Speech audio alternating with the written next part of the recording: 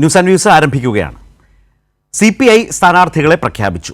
രാഹുൽ ഗാന്ധി വയനാട്ടിൽ വീണ്ടും മത്സരിച്ചാൽ നേരിടേണ്ടി വരിക CPIയുടെ ദേശീയ നേതാവ് ആനി രാജയാണ്. പ്രതീക്ഷിച്ചതുപോലെ തൃശൂരിൽ VS സുനിൽകുമാർ തന്നെ. തിരുവനന്തപുരത്ത് പന്ന്യൻ, മാവേലിക്കരയിൽ യുവനേതാവ് അരുൺകുമാർ. CPIM സ്ഥാനാർത്ഥി പ്രഖ്യാപനം നാളെയാണ്. ഇന്നത്തെ ചർച്ചാ വിഷയം മറ്റൊന്നാണെങ്കിലും ഇത് പറഞ്ഞു പോകേണ്ടതാണ്. കാരണം മറുവശത്ത് മുഖം നഷ്ടപ്പെട്ട് KPCC നേതൃത്വം നിൽക്കുന്നു. കെ സുധാകരൻ തെറി വിളിച്ച് സ്വയം അപമാനിതനാകുന്നു. സുധാകരനാൽ അപമാനിതനായി VD സതീശൻ. ആലപ്പുഴയിലെ അനുഭവം കൊണ്ടാവും പത്തനംതിട്ടയിലെത്തിയപ്പോൾ സംയുക്ത വാർത്താ സമ്മേളനം പോലും നടത്താനായില്ല. ആർക്കാണ് താല്പര്യമില്ലാത്തതെന്ന് വ്യക്തം. ലീഗും വെട്ടിലായി നിൽക്കുകയാണ്. 3ാം സീറ്റിന് പകരമാകുമോ രാജ്യസഭാ ഓഫർ? അണികളെ എങ്ങനെ ബോധ്യപ്പെടുത്താനാവും? അനൈക്യത്തിലൂടെ മുന്നോട്ടു പോകുന്ന കോൺഗ്രസിനായി പതിവ് പോലെ വിട്ടുവീഴ്ച ചെയ്യുന്ന നേതൃത്വം എന്ന പഴി ലീഗ് നേതാക്കൾക്ക് മറികടക്കാനാവില്ല. ഇന്ന് ഈ ചർച്ചയിൽ പങ്കെടുക്കുന്നത് P. Jayarajan, CPIM, N. Sreekumar, വീക്ഷണം മുൻ എഡിറ്റർ, അഡ്വക്കേറ്റ് N. ലാൽകുമാർ, ഇടതു നിരീക്ഷകൻ. ശ്രീ P. ജയരാജൻ ഈ ചർച്ചയിലേക്ക് എത്തുന്നു. N. ശ്രീകുമാർ എത്തുന്നതേ ഉള്ളൂ. അഡ്വക്കേറ്റ് ലാൽകുമാർ നമ്മൾക്കൊപ്പം ഈ ചർച്ചയിലേക്ക് എത്തിയിട്ടുണ്ട്. ഞാൻ ആദ്യം സൂചിപ്പിച്ചതുപോലെ നമ്മുടെ ഈ ചർച്ചയുടെ ഒരു വിശാല പരിസരത്തേക്ക് വരുന്നതിന് മുമ്പ് ഈ സ്ഥാനാർത്ഥി ഈ ലോക്സഭാ തെരഞ്ഞെടുപ്പിൽ നേരത്തെ ചാഴികാടൻ്റെ സ്ഥാനാർത്ഥിത്വം കേരള കോൺഗ്രസ് പ്രഖ്യാപിച്ചു. CPI അവരുടെ സ്ഥാനാർത്ഥി പട്ടിക ഇന്ന് പ്രഖ്യാപിച്ചു. സംസ്ഥാന സെക്രട്ടറി ബിനോയ് വിശ്വം. അതുകൂടി കണ്ടുകൊണ്ടും പറഞ്ഞുകൊണ്ടും തുടങ്ങിയാലോ ലാൽകുമാർ? നിശ്ചയമായും. നോക്കൂ, ഞാൻ പറയുന്നത് കേൾക്കാമെന്ന് കരുതുന്നു. കേൾക്കാം ലാൽ, പറഞ്ഞു. നോക്കൂ, കൃത്യസമയത്ത് വളരെ വ്യക്തതയോടുകൂടി ഒരു തീരുമാനമെടുക്കുക എന്ന് പറയുന്ന ഒരു മുന്നണിയുടെ വിജയമാണ്. അത് എപ്പോഴും ഇടതുപക്ഷ ജനാധിപത്യ മുന്നണിക്ക് അത് കാണിക്കാൻ പറ്റാറുണ്ട്.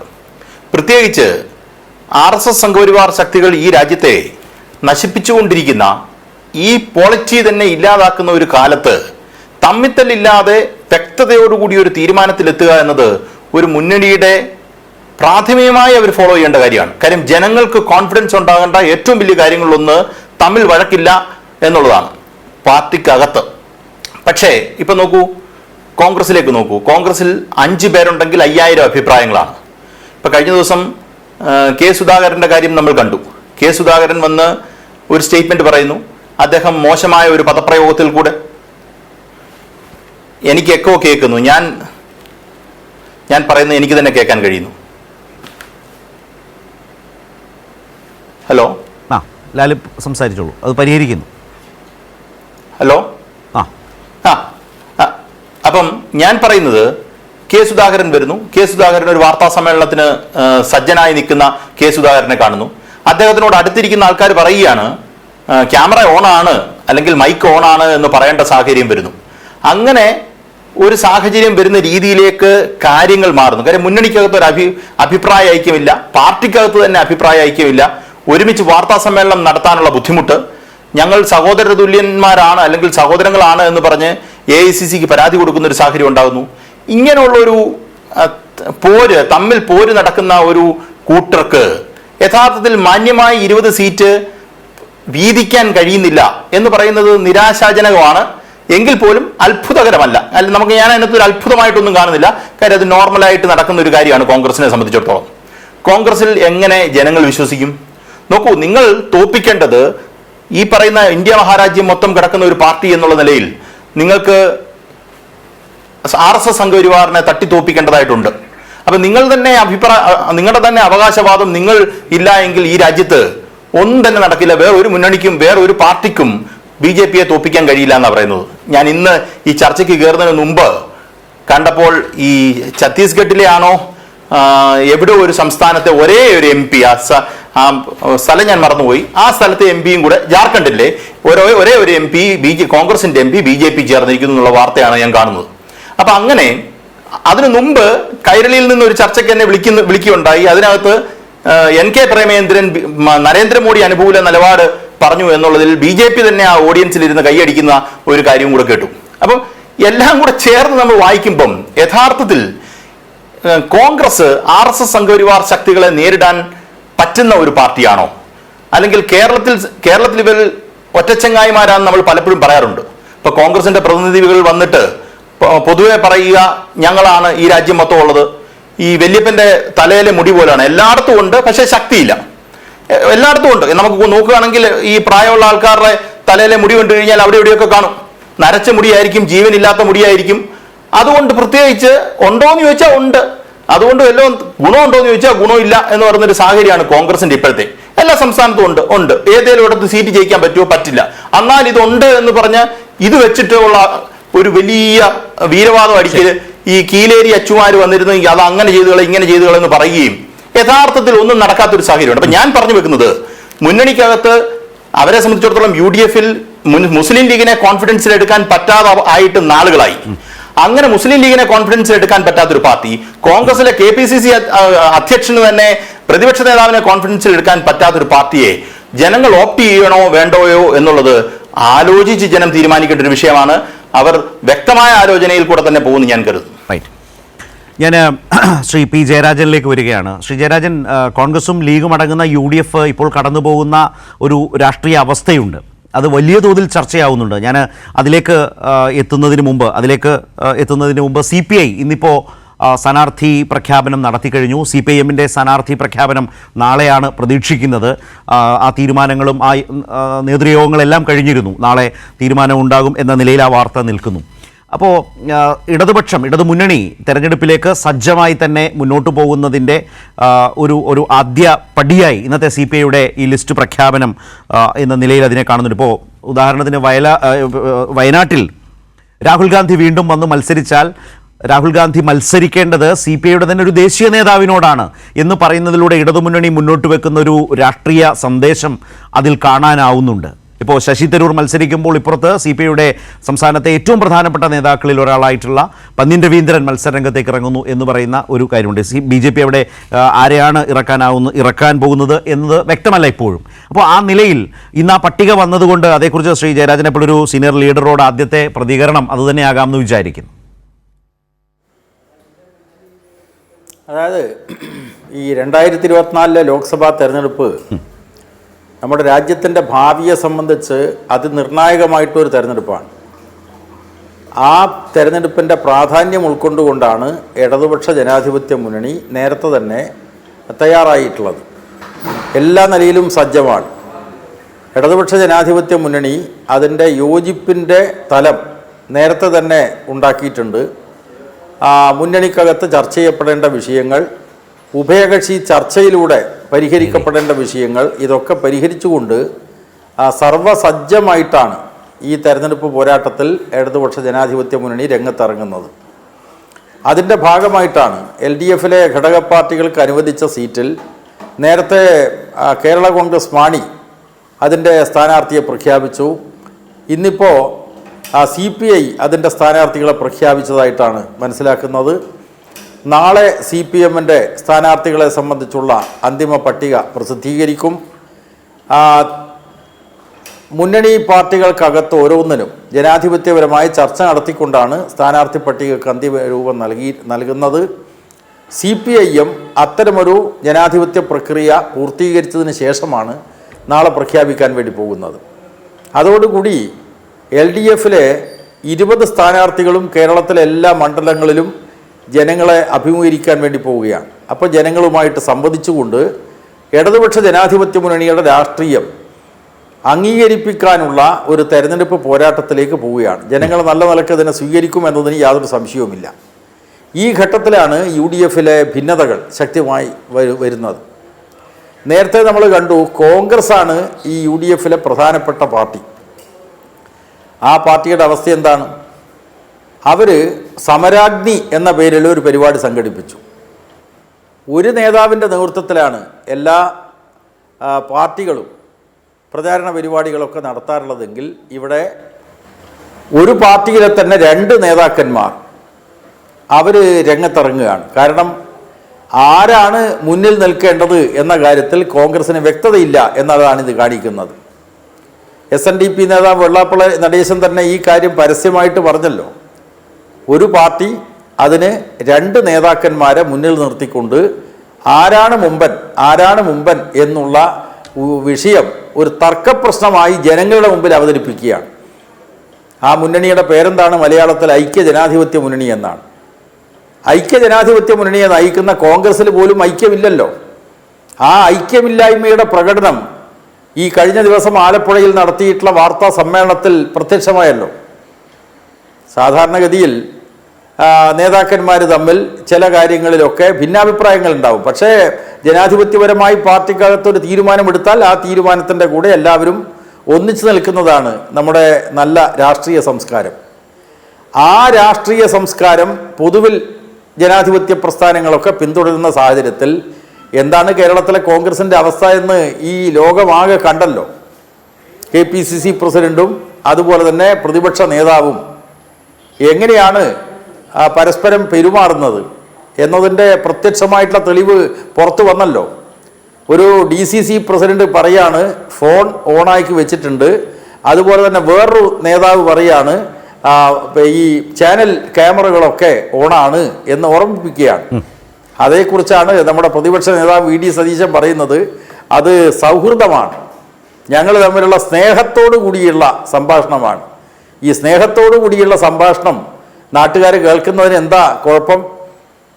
DCC പ്രസിഡന്റും മറ്റൊരു കോൺഗ്രസ് നേതാവും ഇങ്ങനെ ചാനൽ ക്യാമറകളൊക്കെ ഓണാണ് എന്ന് ഓർമ്മിപ്പിക്കാൻ KPCC പ്രസിഡന്റിനെ ഓർമ്മിപ്പിക്കാൻ ഇടയായിട്ടുള്ള സാഹചര്യം എന്താ എന്ന് പറഞ്ഞാൽ ഇത് പൊതുസമൂഹത്തിന് മുമ്പിൽ പറയാൻ പറ്റാത്ത അങ്ങേയറ്റം സംസ്കാരരഹിതമായിട്ടുള്ള വാക്കുകൾ ഉപയോഗിച്ചു എന്നതിന് തെളിവ് സമൂഹത്തിൻ്റെ മുമ്പിൽ നിൽക്കുന്ന അവസരത്തിലാണ് ഇതിനെ വെള്ളപൂശാൻ വേണ്ടി സതീശനും കൂട്ടരും രംഗത്ത് പറയുന്നത്. അപ്പോൾ നേരത്തെ തന്നെ ഒരു നേതാവിൻ്റെ നേതൃത്വത്തിൽ പ്രചരണം നടത്തുന്നതിന് പകരം രണ്ട് നേതാവ്, ആ രണ്ട് നേതാക്കന്മാർ തന്നെ ഈ ജാഥക്കടയിൽ നടത്തിയിട്ടുള്ള തെറിവിളി അത് കോൺഗ്രസ് സംസ്കാരം എന്താണ് എന്നത് തെളിയിക്കുന്നതാണ്. തീർച്ചയായിട്ടും അതിനൊക്കെ ജനങ്ങൾ ഇപ്പോൾ മാർക്കിട്ടിരിക്കുകയാണ്.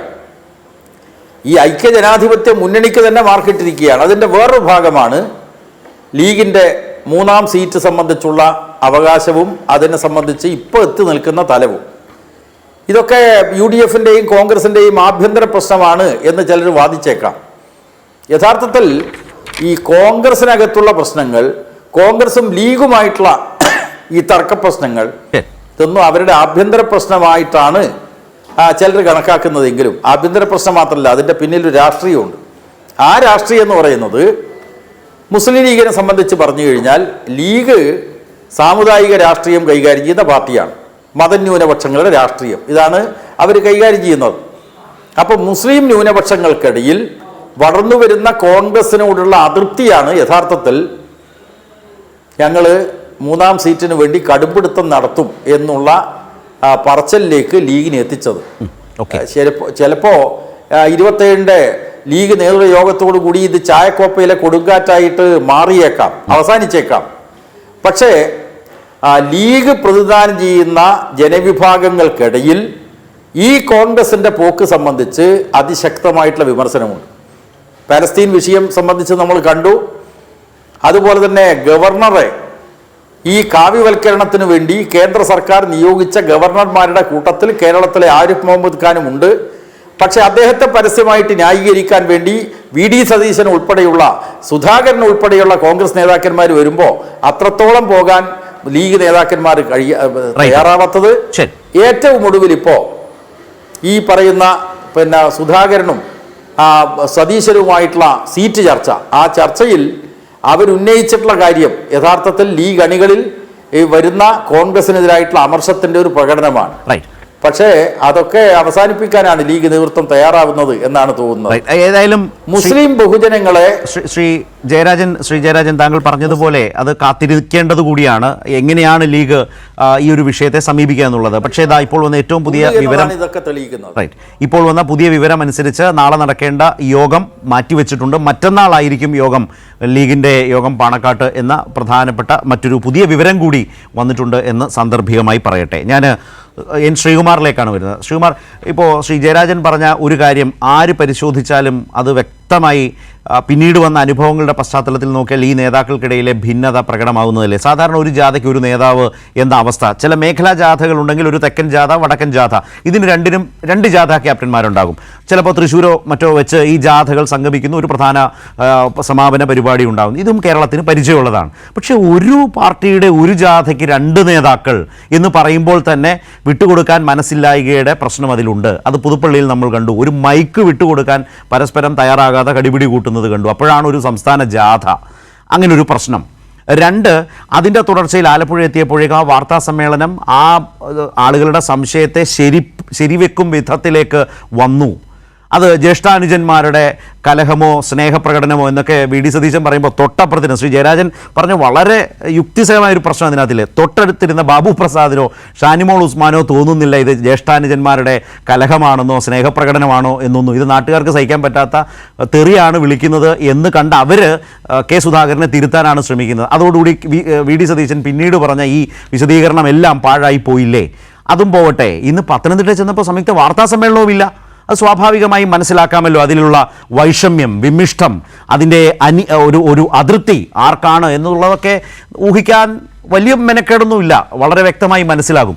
ഇങ്ങനെ ഒരു വല്ലാത്ത അവസ്ഥയിൽ ഗ്രൂപ്പ് പോരൊക്കെ ഒരുപാട് കണ്ടിട്ടുള്ള കോൺഗ്രസിൽ കാണാത്ത വിധമുള്ളൊരു പുതിയ ശൈലിയും രീതികളും അമ്പരപ്പിക്കും വിധം വന്നുകൊണ്ടിരിക്കുകയല്ലേ, പുറത്തു വന്നുകൊണ്ടിരിക്കുകയല്ലേ? ശ്രീ ശരത്ത്, ഇതില് കോൺഗ്രസിന്റെ ജാഥയ്ക്ക് സമരാഗ്നി ജാഥ പ്രതിപക്ഷ നേതാവും KPCC പ്രസിഡന്റും നയിക്കുന്നു എന്നുള്ളതാണ് CPM-നെ ബുദ്ധിമുട്ടിക്കുന്നത്. അവരുടെ മുതിർന്ന നേതാവായ ശ്രീ P. ജയരാജൻ അത് 2 വട്ടം പറഞ്ഞു. ഒരുപക്ഷെ അദ്ദേഹത്തിന് അങ്ങനെ തോന്നുന്നതിൽ അത്ഭുതം ഉണ്ടാവില്ല. കാരണം പാർട്ടി സെക്രട്ടറി സ്ഥാനം ഏറ്റെടുത്ത ശേഷം ശ്രീ MV ഗോവിന്ദ മാഷ് തിരുവനന്തപുരത്തേക്ക് ഒരു ജാഥ നടത്തി. ആ ജാഥയിൽ LDF-ന്റെ കൺവീനർ EP ജയരാജൻ ഉണ്ടായിരുന്നില്ല. പാർട്ടി സെക്രട്ടറിയും LDF കൺവീനറും കൂടെ ജാഥ നയിക്കേണ്ട കാര്യമില്ല, അത് വേറെ വിഷയം. പക്ഷെ ആ ജാഥ ബഹിഷ്കരിച്ചു LDF കൺവീനർ. തൃശ്ശൂർ വന്നപ്പോഴാണ് അദ്ദേഹം അതിൽ പങ്കെടുത്തിട്ട് അദ്ദേഹം പിണറായിയെ കുറിച്ച് പറഞ്ഞത് പിന്നീട് ട്രോളൊക്കെ ആയി മാറി. അത് നിൽക്കട്ടെ. അപ്പൊ അതുകൊണ്ട് CPM-ൽ ഒരു പക്ഷേ അത്തരത്തിലൊരു സൗഹാർദ്ദ പ്രകടനം ഉണ്ടാകില്ല. കോൺഗ്രസിൽ ഇത് പുതുമയാണ്. അത് ശരത്ത് പറഞ്ഞത് ശരിയാണ്. KPCC പ്രസിഡന്റും പ്രതിപക്ഷ നേതാവും കൂടെ ഒരു ജാഥ നയിക്കാൻ തീരുമാനിച്ചു. അതിന്റെ കാരണം കോൺഗ്രസുകാർക്ക് മനസ്സിലാക്കി കൊടുത്തിട്ടുണ്ട്. ലോക്സഭാ തെരഞ്ഞെടുപ്പിൽ പാർട്ടിയെ സജ്ജമാക്കാൻ KPCC പ്രസിഡന്റും പ്രതിപക്ഷ എന്ന UDF സംവിധാനത്തെ പ്രതിനിധീകരിച്ച് VD സതീശനും എന്ന രീതിയിലാണ് ആ സമരാഗ്നി ജാഥ. അതിന്റെ പേരെങ്ങനെയാണ്? സമരാഗ്നി. UDF-ന്റെയും കോൺഗ്രസിന്റെയും സമരാഗ്നി. ആ ജാഥ അങ്ങനെ സംവിധാനം ചെയ്തതാണ്. അത് പിന്നെ വ്യാഖ്യാനിച്ച് 2 നേതാക്കളെ നയിക്കുന്നു, 2 നേതാക്കൾക്ക് ഒരുമിച്ചിരിക്കാൻ വേണ്ടിയാണെന്നൊക്കെ പറയാം. അതാണ് അതിന്റെ കാര്യം. പിന്നെ നിങ്ങൾ പറഞ്ഞ വേറൊരു കാര്യം, അതൊരു യാഥാർത്ഥ്യമാണ്. എന്താണ്? 2 ദിവസം മുമ്പ് KPCC പ്രസിഡന്റ് VD സതീശൻ വൈകി വന്നതിനെ കുറിച്ച് പരാമർശിച്ചപ്പോൾ അദ്ദേഹം ഒരു സഭ്യേതര വാക്ക് പ്രയോഗിച്ചു. അത് സഭ്യേതരമാണോ എന്നുള്ളത് ഇക്കാലത്തൊക്കെ സിനിമയൊക്കെ കാണുന്നവർക്ക് അറിയാം. അതൊക്കെ ഒരു വാക്കാണ്, പക്ഷെ അത് ഉപയോഗിക്കാൻ പാടില്ല, അതൊക്കെ വേറെ വിഷയം. അദ്ദേഹം അത് പറഞ്ഞത് അത് ഒരു തമാശയായിട്ട് കണ്ടാൽ മതിയെന്ന് കോൺഗ്രസ് നേതാക്കളും KPCC പ്രതിപക്ഷ നേതാവും പറഞ്ഞിട്ടും അതില് CPM-ന് ഒരു താല്പര്യമുണ്ടെങ്കിൽ അവരത് കൊണ്ടു നടക്കേണ്ട, വിരോധമില്ല.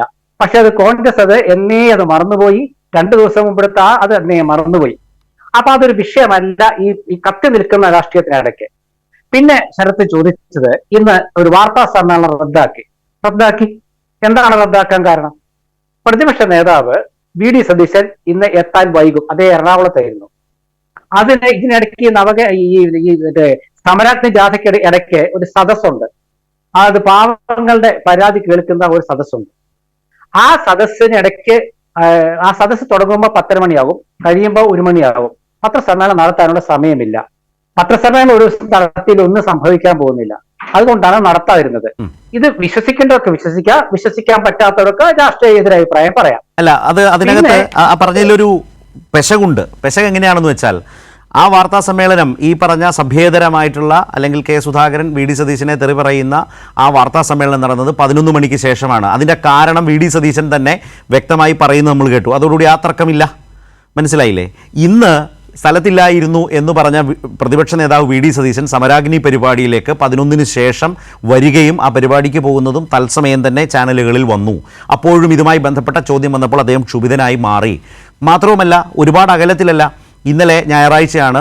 പൊങ്കാലയുമായി ബന്ധപ്പെട്ട് ശ്രീ വി ഡി സതീശൻ്റെ വാദങ്ങൾ കടമെടുത്താൽ ഇന്നലെ വാർത്താ സമ്മേളനം നടത്തിയാൽ ലൈവ് പോകില്ല എന്നതൊക്കെ ധരിച്ചിട്ടാവണം എന്ന് പറയാം. അതിന് തൊട്ട് മുമ്പുള്ള ദിവസമാണ് ആലപ്പുഴയിൽ നടന്നത്. അപ്പോൾ ആലപ്പുഴയിലെ ഈ വിവാദ വാർത്താ സമ്മേളനത്തിൻ്റെ തൊട്ടടുത്തത് പത്തനംതിട്ടയിൽ, തൊട്ടടുത്ത ജില്ലയിൽ ഇന്നാണ് ശ്രീകുമാർ. അപ്പോൾ ഇന്ന് 11 മണിക്ക് ശേഷം തന്നെ വി ഡി സതീശൻ പത്തനംതിട്ടയിലുണ്ട്. അത് ദൃശ്യങ്ങൾ സഹിതം പോയതാണ്. രണ്ടുപേരും ഒന്നിച്ചുണ്ടായിട്ടും ഇന്ന് മാധ്യമങ്ങളോട് സംസാരിക്കാൻ പോലും തയ്യാറായിട്ടില്ല. മനസ്സിലായില്ലേ? അപ്പോൾ ആ തരത്തിലാണ്. അപ്പോൾ താങ്കളുടെ ഈ വാദങ്ങൾ നിലനിൽക്കാത്തതായി പോകുന്നത് അതുകൊണ്ടാണ്. 11 മണിക്ക് ശേഷമാണ് കഴിഞ്ഞ ദിവസം ആലപ്പുഴയിൽ വാർത്താ സമ്മേളനം ഉണ്ടായത്. ഇന്ന് 11-നും 11:30-ക്കും ഇടയ്ക്കാണ് ഇരു നേതാക്കളും ഒന്നിച്ച് മാധ്യമങ്ങളുടെ മുമ്പിലൂടെ കടന്നുപോയത്. എന്നിട്ടും സംസാരിച്ചില്ല. അപ്പോൾ ആ വാർത്താ സമ്മേളനം ഒഴിവായത് അത്ര നിഷ്കളങ്കമായിട്ട് കാണാനേ കഴിയില്ല. ശ്രീകുമാർ, ശരി, ഒരു കാര്യം ചെയ്തോളൂ. ശരി ശരത്ത്, ഇന്നിപ്പോ ഞാൻ പറഞ്ഞത് നിങ്ങൾക്ക് വിശ്വാസമായില്ല. അതിനിടയ്ക്കുള്ള ജനസദസ്സില് ഇവർക്ക് പങ്കെടുക്കണമെന്നുള്ളത് വാർത്താ സമ്മേളനം റദ്ദാക്കി എന്നുള്ളത് ഞാൻ പറഞ്ഞാൽ നിങ്ങൾക്ക് വിശ്വാസമായില്ല. നാളെയും കൂടെ നമുക്ക് നോക്കാം. പിന്നെ ഒരു വാർത്താ സമ്മേളനത്തില് നേതാക്കൾ അങ്ങോട്ടും ഇങ്ങോട്ടും ചിലപ്പോ പെട്ടെന്നൊക്കെ ഒരു അരിശത്തോട് പറയുന്നത് തെറ്റാണോ ശരത്തെ? തെറ്റാണെങ്കിൽ നമുക്ക് ചില ചരിത്രമുണ്ട്. തിരുവനന്തപുരത്ത് മസ്കറ്റ് ഹോട്ടലിൽ ഒരു പരിപാടിക്ക്, മുഖ്യമന്ത്രിയുടെ പരിപാടിക്ക് പാർട്ടി സെക്രട്ടറി ആയിരുന്ന കോടിയേരി ബാലകൃഷ്ണൻ ഉണ്ടായിരുന്നു. അന്ന് പത്രലേഖകർ അവിടെ ചെന്നു. മുഖ്യമന്ത്രി ക്ഷുഭിതനായി ഇറങ്ങി പോകാൻ പറഞ്ഞു. അന്നാണ് കണക്ക് പുറത്തു വന്നത്. അപ്പൊ ശ്രീ കോടിയേരി ബാലകൃഷ്ണൻ അവിടെ നിന്ന് പറഞ്ഞു, ഞാൻ ക്ഷണിച്ചിട്ടാണ് വന്നതെന്ന്. അത് രൂക്ഷമായി നോക്കി കോടിയേരി. അതിപ്പോഴും ആ ക്ലിപ്പ് അവിടെ ഉണ്ട്. കോടിയേരി അവിടെ നിന്നുപോയി. അത് നിൽക്കട്ടെ, അത് ഞാൻ സൂചിപ്പിക്കുന്നുള്ളൂ. പിന്നെ രണ്ടാമത്തെ കാര്യം, നമ്മൾ സാധാരണഗതിയില് ഈ നമ്മുടെ നേതാക്കൾക്കിടയിലെ ഭിന്നതയെ കുറിച്ചൊക്കെ പറയുമ്പോഴേ ഒന്ന് റേഞ്ച് പോയിട്ടുണ്ട്. ഞാൻ താങ്കളിലേക്ക് വരാം. ശ്രീ പി ജയരാജൻ, അദ്ദേഹത്തിൻ്റെ വിശദീകരണങ്ങൾ യുക്തിസഹമാണോ? അദ്ദേഹം സംസാരിച്ചപ്പോൾ ഇപ്പോൾ നേരത്തെ ഗോവിന്ദൻ മാഷിൻ്റെ യാത്ര, സ്റ്റേറ്റ് ജാഥ, അതിൽ EP എടുത്ത സമീപനം എന്നതൊക്കെ ചൂണ്ടിക്കാട്ടിക്കൊണ്ട് പറയാൻ ശ്രമിക്കുന്നു. കോടിയേരിയുമായി ബന്ധപ്പെട്ട മുമ്പുണ്ടായ സംഭവത്തിൽ കടക്കുപുറത്തിനെയൊക്കെ പരാമർശിച്ചുകൊണ്ട് സതീശനും സുധാകരനും ഇടയിലുണ്ടായ ആ ഒരു സ്പർദ്ധ, അത് തർക്കമില്ലാത്ത വസ്തുതയാണ്, നമ്മൾ കണ്ടതാണ്. പക്ഷേ ഈ ചർച്ചയിൽ ശ്രീ N. ശ്രീകുമാർ, വീക്ഷണത്തിൻ്റെ മുൻ എഡിറ്റർ, അതിന് ഒരു സമീപനം, ഒരു വിശദീകരണം ചമയ്ക്കാൻ ശ്രമിക്കുന്നത് താങ്കളെ സംബന്ധിച്ച് യുക്തിസഹമാണോ? പൊരുത്തപ്പെടുന്നുണ്ടോ? അല്ല, കേരളത്തിലെ പ്രതിപക്ഷ നേതാവിനെ തെറിവിളിച്ച KPCC പ്രസിഡന്റിനെ ന്യായീകരിക്കാൻ ഒരു പത്രപ്രവർത്തകൻ കൂടിയായിട്ടുള്ള ശ്രീകുമാർ ഇങ്ങനെ ദയനീയമായിട്ടൊരു പ്രകടനം നടത്തിയതിൽ എനിക്ക് അങ്ങേയറ്റത്തെ വിഷമമുണ്ട്. അത് അദ്ദേഹത്തെ അറിയിക്കുകയാണ്. കാരണം ഇവിടെ ഈ നാട്ടിലെ പ്രേക്ഷകർക്കൊക്കെ കൃത്യമായിട്ട് ഓർമ്മശക്തി ഉണ്ടല്ലോ. CPIM നയിക്കുന്ന ജാഥകളൊക്കെ സാധാരണഗതിയിൽ പാർട്ടി സംസ്ഥാന സെക്രട്ടറിയാണ് നയിക്കാറ്. അങ്ങനെയാണ് MV ഗോവിന്ദൻ മാഷ് ജാഥ നയിച്ചത്. ആ ജാഥയിൽ പാർട്ടിയുടെ കേന്ദ്ര കമ്മിറ്റി അംഗമായിട്ടുള്ള സഖാവ് EP ജയരാജൻ പങ്കെടുത്തു. അതാണ് ജാഥയിലെ ലീഡറുമല്ല അംഗവുമല്ല EP ജയരാജൻ. അപ്പോൾ അദ്ദേഹം ആ ജാഥ സ്വീകരണ പരിപാടിയിൽ പങ്കെടുത്തത് ഒരു യാഥാർത്ഥ്യമാണല്ലോ. അപ്പോൾ അതിനെ എങ്ങനെയാണ് ഈ സതീശൻ ആലപ്പുഴയിൽ നിന്ന് കേൾക്കേണ്ടി വന്ന തെറിയുമായിട്ട്, KPCC പ്രസിഡന്റ് വിളിച്ച തെറിയുമായിട്ട് ഒന്ന് താതാത്മ്യപ്പെടുത്താൻ പറ്റുക? അതാണ് ഞാൻ ശ്രീകുമാറിനോട് ചോദിക്കുന്ന ഒരു ചോദ്യം. രണ്ടാമത്, അദ്ദേഹം പറഞ്ഞു കടക്ക് പുറത്ത് എന്ന് പിണറായി പറഞ്ഞു എന്നതാണ്, മുഖ്യമന്ത്രി പറഞ്ഞു. തീർച്ചയായിട്ടും നമ്മുടെ മാധ്യമ പ്രവർത്തകന്മാർ അർഹതയുള്ള സ്ഥാനത്താണ് കടന്നു ചെല്ലേണ്ടത്. അതാണ് അവർക്ക് മാധ്യമ പ്രവർത്തകന്മാർക്ക് പ്രവേശനം അനുവദിച്ച സ്ഥലത്തല്ലേ മാധ്യമ പ്രവർത്തകന്മാർ കടന്നു ചെല്ലേണ്ടത്. അല്ലാതെ കടന്നു ചെന്നപ്പോഴാണ് മുഖ്യമന്ത്രി, കാരണം ഔദ്യോഗികമായിട്ടൊരു മീറ്റിംഗ് ചേരുന്നു. ആ മീറ്റിങ്ങിൽ ആരൊക്കെ പങ്കെടുക്കണമെന്ന് കൃത്യമായിട്ടുള്ള മാർഗനിർദ്ദേശം നൽകിയിട്ടുണ്ട്. അതിനകത്ത് മാധ്യമപ്രവർത്തകന്മാർക്ക് പ്രവേശനമില്ല. അതുകൊണ്ടാണ് മുഖ്യമന്ത്രി പറഞ്ഞത് മാധ്യമപ്രതിനിധികളെ ഒഴിവാക്കണം. അപ്പോൾ ഒഴിവാകാൻ താമസം നേരിട്ടപ്പോൾ കടക്ക് പുറത്ത് എന്ന് പറഞ്ഞു. തീർച്ചയായിട്ടും അത് ഒരു നേതാവ് പറയേണ്ടതല്ലേ. മാധ്യമപ്രവർത്തകന്മാർക്ക് എവിടെ കയറി ചെല്ലാൻ സ്വാതന്ത്ര്യമുണ്ടോ? മന്ത്രിസഭാ യോഗത്തിൽ കയറാൻ പറ്റുമോ? നിയമസഭാ യോഗത്തിൽ തന്നെ അവർക്ക് ഇരിക്കാൻ പറ്റുന്ന സ്ഥലമുണ്ട്. അവിടെയല്ലാതെ MLA മാർ ഇരിക്കുന്ന സ്ഥലത്തേക്ക് അവർക്ക് കയറാൻ പറ്റുമോ? അപ്പം അതുകൊണ്ട് ഈ തൻ്റെ നേതാവ് വിളിച്ചിട്ടുള്ള തെറിയെ ന്യായീകരിക്കുന്നതിന് വേണ്ടി ശ്രീകുമാർ എന്തെല്ലാമോ ആളുകളെ കബളിപ്പിക്കാൻ വേണ്ടി പറയുന്നതാണ്. അത് പ്രേക്ഷകർ കൃത്യമായിട്ട് അത് തിരിച്ചറിയുമെന്നാണ് ഞാൻ മനസ്സിലാക്കുന്നത്. ഇവിടെ ഒരു പച്ച തെറി വിളിച്ചുകൊണ്ട് ഒരു ജാഥയുടെ 2 നേതാക്കന്മാരിൽ ഒരാൾ മറ്റൊരാൾക്കെതിരായിട്ട് പറയുന്നു. അതാണ് വിഷയം. അത് ഒറ്റപ്പെട്ട കാര്യമല്ലല്ലോ. നേരത്തെ ഇവിടെ ശരത്ത് പറഞ്ഞതുപോലെ പുതുപ്പള്ളി തെരഞ്ഞെടുപ്പിന്റെ കാര്യത്തിൽ നമ്മൾ കണ്ടു. ആ സന്ദർഭത്തിൽ പത്രസമ്മേളനം വിളിക്കുന്നു. പത്രസമ്മേളനത്തിൽ ഒരു ചോദ്യം വരുന്നു. ആ ചോദ്യത്തോട് പ്രതിപക്ഷ നേതാവ് ഉടനെ തന്നെ മൈക്ക് സുധാകരന് നേരെ നീക്കുന്നു. സുധാകരൻ തിരിച്ച് പ്രതിപക്ഷ നേതാവിലേക്ക് മൈക്ക് അങ്ങോട്ട് നീക്കി വെക്കുന്നു. ഈ തർക്കം, ഈ തമ്മിലടി കോൺഗ്രസിന്റെ സ്ഥായിയായിട്ടുള്ള ഒന്നാണ് എന്ന് പ്രേക്ഷകരാകെ മനസ്സിലാക്കിയിട്ടുണ്ട്. അതിന് ന്യായീകരിച്ചുകൊണ്ട് ഈ കേരളത്തിലെ ജനങ്ങളെ കബളിപ്പിക്കാൻ വേണ്ടി കഴിയില്ല. മാത്രമല്ല, ഇവിടെ അതിന് ന്യായീകരിക്കാൻ വേണ്ടി സതീശൻ പിന്നീട് പറയുന്നത് എന്താ? അത് ഞങ്ങൾ തമ്മിൽ സ്നേഹത്തോടു കൂടി പറയുന്നതാണ്, എൻ്റെ സഹപ്രവർത്തകന്മാരോട് ഞാൻ പറയുന്നതാണ്.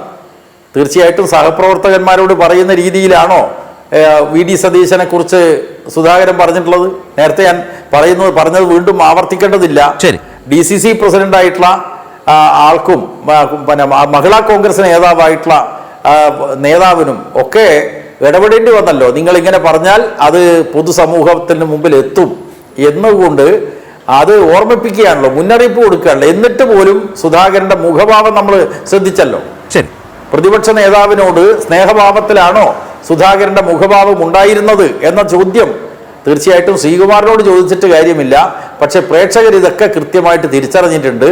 അപ്പോൾ തമ്മിൽ അടിക്കുക എന്നത് ഐക്യജനാധിപത്യ മുന്നണിയിലെ പ്രധാനപ്പെട്ട പാർട്ടിയിലെ കോൺഗ്രസിലെ 2 നേതാക്കന്മാർ തന്നെ ജനങ്ങൾക്ക് മുമ്പിൽ പ്രത്യക്ഷപ്പെടുകയാണ്, കാണിക്കുകയാണ്. ഞാൻ താങ്കളിലേക്ക് വരാം. രണ്ടാമത് ലീഗിന്റെ വിഷയം ഞാനൊന്ന് ഒരു നിമിഷം അത് നമുക്ക് രണ്ടാമതായി അതിലേക്ക് വരാം. ശ്രീ ജയരാജ്, തീർച്ചയായിട്ടും റൈറ്റ്, അതിലേക്ക് വരാം. ശ്രീ ലാല്, ഇപ്പോൾ ഈ ഒരു കോണ്ടെക്സ്റ്റിൽ ശ്രീ N. ശ്രീകുമാറിൻ്റെ വിശദീകരണം നമ്മുടെ മുമ്പിലുണ്ട്. അത് ശ്രദ്ധയോടെ കേട്ടിരുന്നല്ലോ. അത് കേട്ടപ്പോൾ താങ്കൾക്ക് തോന്നിയ ഒരു അനുഭവമോ അല്ലെങ്കിൽ പറയാനോ തോന്നിയത് എന്താണ്? പ്രത്യേകിച്ച് ഇതിനൊക്കെ നേരത്തെ ശ്രീ ജയരാജൻ പറഞ്ഞു, ഇതിനൊക്കെ മാർക്കിടാൻ പോയാൽ എന്താവും അവസ്ഥ എന്നൊരു പ്രശ്നം ഇതിനകത്തുണ്ടോ? നേതാക്കൾ സ്വയം എക്സ്പോസ്ഡ് ആയോ? സർക്കാരിനെതിരെ ഒരു സമരവുമായി ഇറങ്ങിത്തിരിച്ചവർ തന്നെ ആ സമരപരിപാടിയുടെ അന്തസ്സും അതുപോലെ തന്നെ ഗൗരവവും ചോർത്തിക്കളഞ്ഞോ എന്നൊക്കെയുള്ള കുറേയേറെ കാര്യങ്ങളുണ്ട്. നേതൃത്വത്തിൻ്റെ അപക്വമായിട്ടുള്ള സമീപനം, നേതൃത്വത്തിൽ ആളുകൾക്ക് ഗൗരവമില്ലായ്മ അല്ലെങ്കിൽ ഒരു താല്പര്യമില്ലായ്മ ജനിപ്പിക്കും വിധം നേതാക്കൾ പെരുമാറുന്നു എന്നതൊക്കെ ആ ഒരു സംഭവത്തിൻ്റെ പ്രശ്നമായി മലയാളിക്ക് മുമ്പിലുണ്ടോ? അത് ഇവിടെ ശ്രീകുമാരേട്ടൻ ഒരുപാട് കാര്യങ്ങൾ പറഞ്ഞു. ശ്രീകുമാരേട്ടൻ ഈ പറയുന്ന സംയുക്ത വാർത്താ സമ്മേളനം നടത്താത്തതുമായി ബന്ധപ്പെട്ട് വലിയ വിശദീകരണമാണ് ശ്രീകുമാരേട്ടൻ നൽകിയത്. ഞാൻ അപ്പം റിപ്പോർട്ടർ ചാനലിലെ ഇപ്പം കേരളത്തിലെ മാധ്യമപ്രവർത്തകരും മാധ്യമങ്ങളും മൊത്തം കോൺഗ്രസിന്റെ കൂട്ടത്തിൽ നിൽക്കുന്ന ഒരു കാലമാണ്. കോൺഗ്രസിന്റെ കൂട്ടത്തിൽ നിൽക്കാത്ത ഒരു സന്ദർഭം എന്ന് പറഞ്ഞു കഴിഞ്ഞാൽ ഈ സുധാകരൻ ഇങ്ങനെയുള്ള ഒരു അധിക്ഷേപം നടത്തിയ സമയത്ത് അവർക്ക് ഒരു കാരണവശാലും ഒഴിവാക്കാൻ പറ്റാത്തൊരു സാഹചര്യം വന്നതുകൊണ്ട് മാത്രം അത് ചർച്ചയിലെടുത്തു മാത്രമാണ് എനിക്ക് തോന്നിയത്. പക്ഷെ അപ്പോൾ ഞാൻ ആലോചിക്കുകയായിരുന്നു, ശ്രീകുമാരേട്ടൻ പറഞ്ഞ ശേഷം ഞാൻ ഈ വാർത്തയിലേക്കൊന്ന് പോകുമായിരുന്നു. റിപ്പോർട്ടറിന്റെ രാവിലത്തെ വാർത്തയാണ്, ഞാനൊന്ന് വായിക്കാം. സമരാഗ്നിയിൽ സംയുക്ത വാർത്താ സമ്മേളനമില്ല, ആരോഗ്യ പ്രശ്നമെന്ന് പ്രതിപക്ഷ നേതാവിന്റെ ഓഫീസ്. ഇതാണ് പറഞ്ഞിരിക്കുന്നത്. എൻ്റെ ടെലിഫോൺ കട്ടായിട്ടുണ്ട്, അതൊന്ന് കറക്റ്റ് ആക്കണം. അപ്പം ഈ പറയുന്ന ആരോഗ്യ പ്രശ്നം മൂലമാണ് ഇത് സംഭവിച്ചതെന്ന് വ്യക്തമായി പ്രതിപക്ഷ നേതാവിന്റെ ഓഫീസ് പറയുന്നു നമ്മളോട്. ശ്രീകുമാരേട്ടൻ പറഞ്ഞെടുത്ത് ആരോഗ്യ പ്രശ്നമൊന്നുമില്ല. ഗുസ്തിക്കാർ പോകുന്ന പോലെ 2 പേരാണ് ഇന്ന് പത്തനംതിട്ടയിൽ 2 പേരും നടന്നു പോകുന്നത് കണ്ടത്. ഇപ്പൊ VD സതീശൻ നടക്കുന്ന കണ്ടാലും ഈ പറയുന്ന സുധാകരൻ നടക്കുന്ന കണ്ടാലും അതിനകത്ത് ഇന്ന് പോയ പരിപാടിക്കകത്ത് അവർക്ക് 2 പേർക്കും ആരോഗ്യ പ്രശ്നമുള്ളതായിട്ട് നമുക്ക് പെട്ടെന്ന് തോന്നത്തില്ല. അപ്പൊ ആരോഗ്യ പ്രശ്നമാണ് കാരണമെന്ന് പ്രതിപക്ഷ നേതാവിന്റെ ഓഫീസ് പറയുമ്പം ആ കാരണം കോൺഗ്രസിന്റെ സഹയാത്രികനായ ശ്രീകുമാരേട്ടൻ പറയുന്നില്ല. കാര്യം ശ്രീകുമാരേട്ടൻ ഒരു കാരണം അങ്ങ് പറഞ്ഞു, അത്രേ ഉള്ളൂ. പല ചർച്ചകളിനകത്തെയും ശ്രീകുമാരേട്ടന്റെ ഒരു ഗുണം, കോൺഗ്രസ്സുകാർക്ക് പോലും പറ്റാത്ത പോയിന്റ് എവിടുന്നേലുമൊക്കെ തപ്പിയെടുത്തുകൊണ്ട് വരാനുള്ള ഒരു ശ്രീകുമാരേട്ടന്റെ ശക്തി ഞാനത് സമ്മതിച്ചു കൊടുത്തിരിക്കുകയാണ്. വേറെ ആർക്കും പറ്റത്തില്ല. പല ആൾക്കാർക്കും ഒരല്പം പോലും ഒന്നും പറയാൻ പറ്റാത്ത നിഷ്പ്രഭമായി നിൽക്കുന്ന ഒരു സന്ദർഭത്തിൽ പോലും കുറെ കാര്യങ്ങൾ, അത് CPM-നെതിരെയുള്ള പോയിന്റ് ആണെങ്കിൽ അല്ലെങ്കിൽ മറ്റ് ഏതെങ്കിലും പോയിന്റ് ഒക്കെ ആണെങ്കിലും ശ്രീകുമാരേട്ടൻ എടുത്തോണ്ട് വന്ന് അലക്കി എങ്ങനെയൊക്കെ കഴിച്ചിലാവും എന്ന് പറയുന്ന പോലാണ് ഇവിടെയും സംഭവിച്ചിരിക്കുന്നത്. അപ്പം ശ്രീകുമാരേട്ടന്റെ വാദം പ്രതിപക്ഷ നേതാവിന്റെ ഓഫീസിന് പോലും ഇല്ലാത്ത ഒരു വാദമാണെന്നുള്ളതാണ് ഇവിടുത്തെ ഏറ്റവും വലിയ പ്രശ്നം. പിന്നെ നോക്കൂ, അടിസ്ഥാനപരമായി ഒരു കാര്യം ഞാൻ വ്യക്തമായി പറയാം. കേരളത്തിൽ പ്രതിപക്ഷ നേതാവും ഈ പറയുന്ന വി ഡി സതീശനും രണ്ട് തട്ടിലാന്നുള്ള കാര്യം കൊച്ചു കുഞ്ഞുങ്ങൾക്ക് പോലും അറിയാം. അവർ തമ്മിൽ ഒരു നല്ല ടോക്കിംഗ് ടേംസ് ഉണ്ടോ എന്നുള്ള കാര്യത്തിൽ വലിയ സംശയമുണ്ട്. അതിനകത്ത് നമ്മൾ കൂടുതൽ തർക്കിക്കേണ്ട കാര്യം, കോൺഗ്രസ്സുകാർ എത്ര പറഞ്ഞാലും എത്ര ന്യായീകരിക്കാൻ ശ്രമിച്ചാലും അത് പറ്റില്ല. അത് ജനം വിശ്വസിക്കുമോ, കോൺഗ്രസ്സുകാർ വിശ്വസിക്കുമോ എന്നുള്ള കാര്യം ആദ്യം ആലോചിക്കുക. അത് കഴിഞ്ഞല്ലേ ജനം. ഇപ്പൊ ഈ പറയുന്ന ജാഥയ്ക്കകത്ത് UDFന്റെ പ്രതിനിധിയായിട്ടാണ് ആര് വരുന്നത്? V D Satheesan. അന്നാ UDFന്റെ പ്രതിനിധിയായിട്ട് UDFന്റെ കൺവീനറെ വെച്ചാൽ പോരായിരുന്നോ? അതിനെ വെക്കാത്തെ? അപ്പൊ അതൊന്നും അല്ല ലക്ഷ്യം. കാര്യം ഈ ജാഥ നടക്കുമ്പം യഥാർത്ഥത്തിൽ സുധാകരന് ഇത് അടിച്ചുകൊണ്ട് പോകാൻ പാടില്ല, സുധാകരന് ഫുൾ ക്രെഡിറ്റ് കിട്ടാൻ പാടില്ല. ക്രെഡിറ്റ് എന്ന് പറഞ്ഞു കഴിഞ്ഞാൽ എന്താണെന്നുള്ളത് വിട്ടേര്. ഇത് എന്തേലും ഒന്ന് ഉണ്ടെങ്കിൽ അപ്രോപ്രിയേറ്റ് ചെയ്തെടുക്കുക എന്നുള്ള ലക്ഷ്യമാണ് വി ഡി സതീശൻ നോക്കുന്നത്. കാര്യം വി ഡി സതീശനെ സംബന്ധിച്ചിടത്തോളം അടുത്ത മുഖ്യമന്ത്രി സ്ഥാനാർത്ഥിയായിട്ട് ഫീൽഡ് ചെയ്യപ്പെടണം. അപ്പൊ അങ്ങനെയുള്ള ഒരു വലിയ മത്സരം ഇവർ തമ്മിൽ നടക്കുന്നുണ്ട് എന്നുള്ളത് വളരെ യാഥാർത്ഥ്യമാണ്. അതിനകത്ത് ഒരു സംശയവും വേണ്ട. വി ഡി സതീശൻ ഇവർ തമ്മിൽ നേരത്തെ പറഞ്ഞ പോലെ നല്ല രീതിയിൽ സംസാരിക്കുന്ന, നല്ല രീതിയിൽ ചർച്ച ചെയ്യുന്ന ഒരു അന്തരീക്ഷം ഉണ്ടോ എന്ന് പോലും സംശയമാണ്. കാര്യം അത് VM സുധീരൻ പലപ്പോഴും പറഞ്ഞിട്ടുണ്ട്, KPCC ഓഫീസിലോട്ട് പോകുന്നതിനെ കുറിച്ചുള്ള ബുദ്ധിമുട്ട് തന്നെ. അതാണ് സത്യം. അപ്പൊ ഞാൻ വ്യക്തിപരമായി പറയുന്നത് UDFന്റെ പ്രതിനിധി എന്നൊക്കെ പറഞ്ഞ് UDFന്റെ പ്രതിനിധി അതിനകത്ത് പ്രതിനിധിയായിട്ട് വി ഡി സതീശൻ നിൽക്കുന്നു എന്നൊക്കെ പറയാം എന്നുള്ളതല്ലാതെ, ഒരു കാരണം നമുക്കൊരു ദിവസത്തെ കാരണം എന്നുള്ളതല്ലാതെ നമ്മൾ വരാൻ പോകുന്ന ദിവസങ്ങൾ ഇതിനെക്കാട്ടിലും, ഞാൻ കോൺഗ്രസിനെ കുറിച്ച് പറഞ്ഞൊരു കാര്യമാണ്, കോൺഗ്രസിന്റെ പ്രതിനിധി എപ്പോഴും വരുമ്പോൾ പറയുന്ന ഒരു കാര്യമാണ്, വളരെ സൂക്ഷിച്ചേ കാര്യങ്ങൾ പറയാവൂ. കാര്യം നാളെ രാവിലെ ഉണ്ട്, നാളെ രാവിലെയും നിങ്ങൾ എന്തെങ്കിലുമൊക്കെ പറയും, പറയാതിരിക്കത്തില്ല. ഉറപ്പായിട്ടും നിങ്ങളുടെ ഭാഗത്ത് നിങ്ങളുടെ നേതാക്കന്മാരെ 5 പേരുണ്ടെങ്കിൽ 50,000 അഭിപ്രായം പറയും. ആ 50,000 അഭിപ്രായം ന്യായീകരിക്കാൻ വളരെ ബുദ്ധിമുട്ടായിരിക്കും. അത് BJPയുമായിട്ട് സഹകരിക്കത്തില്ലെന്ന് പറയുമ്പം ഈ പറയുന്ന പോലെ BJPയുമായിട്ട് സഹകരിക്കുന്ന ആൾക്കാരെ കാണും. UDFനകത്താണെങ്കിൽ ഇപ്പൊ NK പ്രേമചന്ദ്രൻ പ്രധാനമന്ത്രിക്ക് അനുകൂലമായി പ്രധാനമന്ത്രിയുടെ ഓഫീസിനെ വാഴ്ത്തിക്കൊണ്ട്, നോക്കൂ, ജനാധിപത്യ വിരുദ്ധതയുടെ ഒരു കോട്ടയാണ് പ്രധാനമന്ത്രിയുടെ ഓഫീസ്. ആ പ്രധാനമന്ത്രിയുടെ ഓഫീസിനെ ഇന്ന് വാഴ്ത്തിയിരിക്കുകയാണ് NK പ്രേമചന്ദ്രൻ. ഇങ്ങനൊക്കെ പറയുന്ന ആൾക്കാർ നിങ്ങളുടെ കൂട്ടത്തിലുണ്ട്. ഈ നാട്ടിൽ നിൽക്കുമ്പോൾ ഈ പറയുന്ന RSS സംഘപരിവാർ ശക്തികൾക്കെതിരെ ഒരു കോട്ടയായി മാറി നിൽക്കുന്ന ഇന്ത്യയിലെ ഏക സംസ്ഥാനം അത് കേരളമാണ്. ഒരു സീറ്റ് പോലും കൊടുക്കാതെ മാറ്റി നിർത്തിയിരിക്കുന്ന സംസ്ഥാനത്ത് BJP അനുകൂല നിലപാടും പറഞ്ഞ് UDF ജനങ്ങളുടെ അടുക്കലേക്ക് വോട്ട് പിടിക്കാൻ പോകുമ്പോൾ ജനങ്ങൾ ചൂലെടുത്താൽ എനിക്ക് അത്ഭുതമില്ല എന്നാണ് ഞാൻ പറയുന്നത്. ഞാൻ താങ്കളിലേക്ക് വരാം, ലാലിലേക്ക് വരാം. ലാലിൻ്റെ ഫോൺ കണക്റ്റ് ആവുകയും ചെയ്യും. അപ്പോഴേക്കും ഇവിടെ ശ്രീകുമാർ, ഇതിൽ താങ്കളുടെ വാദം നിരർത്ഥകമാണ് എന്ന് പല നിലയ്ക്കും വിശദീകരിക്കുന്ന സാഹചര്യം ഉണ്ടായി. ഞാനത് താങ്കൾ അതിൻ്റെ ആവർത്തനത്തിലേക്ക് പോകും എന്ന് കരുതുന്നില്ല, അതിന് കാര്യവുമില്ല. പക്ഷേ ഒരു കാര്യം വ്യക്തമാണ്, ഈ ഭിന്നത എന്നത് അത് കേവലം ഒരു മാധ്യമ സൃഷ്ടിയല്ല. അത് വളരെ വ്യക്തമാണ്, ശക്തമായിട്ട് ബോധ്യപ്പെട്ട കാര്യമാണ്, അതൊരു യാഥാർത്ഥ്യമാണ് എന്ന നിലയിൽ തന്നെയാണ് നിൽക്കുന്നത്. അതൊരു ഭാഗത്ത് നിൽക്കുമ്പോൾ തന്നെയാണ് മറുഭാഗത്ത് ലീഗിൻ്റെ ഒരു അവസ്ഥ. ലീഗ് അതിൻ്റെ പ്രധാനപ്പെട്ട കാരണങ്ങളെക്കുറിച്ചും ശ്രീ ജയരാജൻ ഈ ചർച്ചയിൽ മുന്നോട്ട് വെച്ചു. ലീഗ് അണികളിൽ വലിയ തോതിൽ കോൺഗ്രസിനെക്കുറിച്ച്, കേരളത്തിലെ കോൺഗ്രസിനെക്കുറിച്ചും ദേശീയതലത്തിലെ കോൺഗ്രസിനെക്കുറിച്ചും കൊണ്ട് ഒരു മുന്നണിയുടെ ഭാഗമായി നിൽക്കുന്നു എന്ന മര്യാദയുള്ളതുകൊണ്ട് ലീഗ് അത് ഏതെങ്കിലും തരത്തിൽ പരസ്യമാക്കുന്നില്ല. പക്ഷേ ആ നിൽക്കുന്ന കോൺഗ്രസിന് വേണ്ടി നിരന്തരമായി ഒരു മൂന്നാമത്തെ ലോക്സഭാ സീറ്റ് ഇങ്ങനെ ത്യജിക്കേണ്ടതുണ്ടോ എന്ന പ്രധാന പ്രശ്നം ആ പാർട്ടി അണികൾ, പ്രവർത്തകർ നേരിടുന്നുണ്ട്. അവരെ എങ്ങനെ പറഞ്ഞ് ബോധ്യപ്പെടുത്തുമെന്ന പ്രശ്നത്തിൽ നിൽക്കുകയാണ് ആ ലീഗ് നേതൃത്വം എന്നതും കൂടി കാണേണ്ടതാണ്. നിരന്തരം തെരഞ്ഞെടുപ്പിൽ വരുമ്പോൾ സീറ്റ് ചോദിക്കുന്നു, ഒരു രാജ്യസഭാ സീറ്റ് ഓഫർ വരുന്നു, ലീഗ് ശാന്തരാകുന്നു. പക്ഷേ ആ കോൺഗ്രസേയല്ല ഇന്നുള്ളത് എന്നതുകൊണ്ട് അങ്ങേയറ്റം ദുർബലമായ, നേരത്തെ ലാലു പറഞ്ഞ പോലെ BJPയെ പ്രതിരോധിക്കുന്നതിൽ അങ്ങേയറ്റം വെള്ളം ചേർക്കുന്ന ഒരു കോൺഗ്രസിനോട് ഇങ്ങനെ മയപ്പെട്ട് തങ്ങളുടെ ശേഷി ഇല്ലാതാക്കേണ്ടതുണ്ടോ എന്ന പ്രശ്നം, ഇപ്പോൾ പലസ്തീൻ പ്രശ്നം സൂചിപ്പിച്ചു, ഗവർണറുടെ പ്രശ്നം സൂചിപ്പിച്ചു. ഇതിലൊക്കെ കോൺഗ്രസ് എടുക്കുന്ന സമീപനത്തിൽ കേരളത്തിനകത്ത് തന്നെ ലീഗിനുള്ള അതൃപ്തി നിലനിൽക്കെ അതും മുന്നണിക്കകത്തെ ഒരു പ്രശ്നമാണ്. ശ്രീ ശരത്തെ, നേരത്തെ ഞാൻ പറഞ്ഞത് ആവർത്തിക്കുന്നില്ല, പക്ഷെ പറഞ്ഞത് പൂർത്തിയാക്കുന്നതിന് മുമ്പ് അസുഖം കട്ടായി പോയതാണ്. അപ്പൊ അതുകൊണ്ട് ശരത്ത് ചോദിച്ച ഒരു ചോദ്യത്തിന് ഞാൻ ഉത്തരം പറയണം. കാരണം ശരത്ത് ചോദിച്ചിട്ടുണ്ട്. ശരത്ത് ചോദിച്ചു, VD സതീശൻ മാധ്യമങ്ങളോടെ കയർക്കുന്നത് കണ്ടു, അത് ശരിയാണോ എന്ന് ചോദിച്ചു. അത് ശരിയാണോ എന്ന് ഞാൻ ശരത്തിനോട് തിരിച്ചു ചോദിക്കുക. മാധ്യമങ്ങളോട് കയർക്കുന്നത് ശരിയാണോ? പ്രതിപക്ഷ നേതാവ് കയർത്തു, തെറ്റാണെന്നാണല്ലോ താങ്കൾ പറഞ്ഞത്.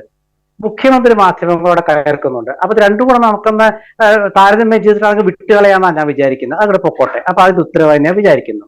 ശ്രീ P ജയരാജൻ അദ്ദേഹത്തിന്റെ പാർട്ടിയുടെ ഒരു കാര്യങ്ങൾ പറഞ്ഞുകൊണ്ട് അതിലേക്ക് ഞാൻ കടക്കുന്നില്ല. പക്ഷെ ഇവിടെ ലാൽകുമാർ പറഞ്ഞൊരു കാര്യമുണ്ട്. അതായത് നമ്മുടെ ഈ NK പ്രേമചന്ദ്രനെ കുറിച്ച് അത് പറയാതെ പോകുന്നത് ശരിയല്ല. പ്രധാനമന്ത്രിയുടെ ഓഫീസിനെ കുറിച്ച് അദ്ദേഹം ഇന്ന് സംസാരിച്ചു. കൈരളി അത് ഒരു അരമണിക്കൂർ ചർച്ചയാക്കുകയും ചെയ്തു. പ്രധാനമന്ത്രിയുടെ ഓഫീസ് ഈ ഒരു മേൽപ്പാലത്തിന്റെ കാര്യത്തിൽ ഇടപെടും എന്ന് അദ്ദേഹം പറഞ്ഞു. ശരി, ഞാൻ 2 കാര്യം മാത്രമേ പറയുന്നുള്ളൂ. ഈ MLA-മാരും മന്ത്രിമാരും ഒക്കെ, ശ്രീ ജയരാജനൊക്കെ MLA ആയിരുന്ന ആളാണ്. അത് ഏത് മന്ത്രിമാരാണെങ്കിലും ഇങ്ങനത്തെ വികസന കാര്യങ്ങളിൽ രാഷ്ട്രീയം കാണാൻ പാടില്ലെന്ന് പ്രസംഗിക്കുകയും പരസ്പരം പുകഴ്ത്തുകയും ചെയ്യുന്ന ഒരു സ്വഭാവമുണ്ട്. ഇപ്പൊ എളമരം കരീമിന്റെ ഒരു കാര്യം ഞാൻ മാത്രം പറയാം. എളമരം കരീം കോഴിക്കോട് അദ്ദേഹം AK ആന്റണി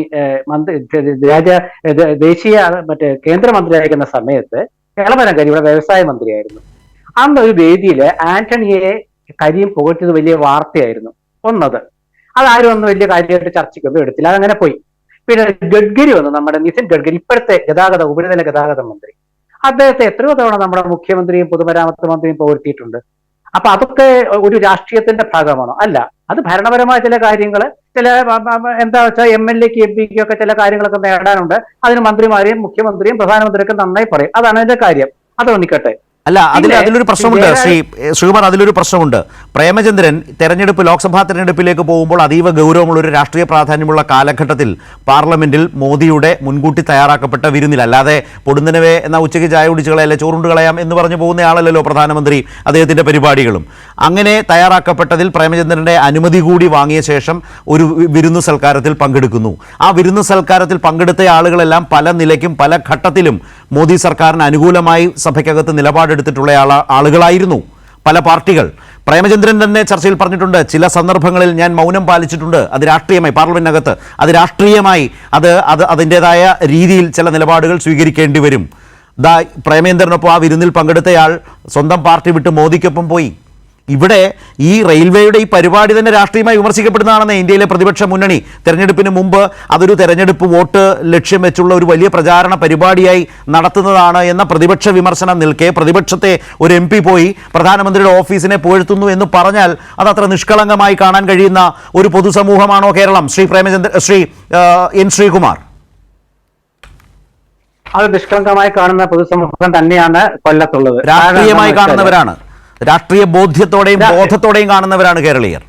അതിന്റെ പിന്നിലെ താല്പര്യം മനസ്സിലാവില്ലേ അരിയാഹാരം കഴിക്കുന്ന മലയാളിക്ക്? അരിയാഹാരം കഴിക്കുന്ന മലയാളിയുടെ പ്രതിനിധിയായിട്ട് തന്നെ ഞാൻ പറയാം, NK പ്രേമചന്ദ്രനെ CPM ഒരിക്കലും ഇഷ്ടപ്പെടില്ല. എന്റെ ചോദ്യം അദ്ദേഹത്തെ പോലൊരു പാർലമെന്റേറിയനെ കുറിച്ചാണ്. CPM-ന്റെ ചോദ്യം അത് വേറെ. ഞാൻ ഇത്രയും കോണ്ടെക്സ്റ്റ് വെച്ചിട്ടല്ലേ ഞാൻ താങ്കളോട് സംസാരിച്ചത്. കൈരളി ചർച്ച നയിക്കുന്ന ശരത്തിന്റെ ചോദ്യമാണ് ഞാൻ CPM എന്ന് ഉദ്ദേശിച്ചത്. അതാണ് ഞാൻ പറഞ്ഞത്.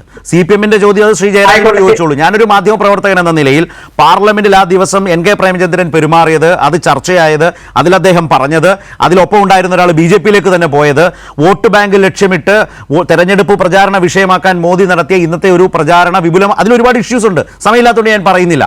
2018 തുടങ്ങിയ ഒരു പദ്ധതി വീണ്ടും ഈ ഓൺലൈൻ്റെ ഉദ്ഘാടന പ്ലാറ്റ്ഫോമിലേക്ക് ശ്രീകുമാർ കൊണ്ടുവന്നിട്ടുണ്ട്.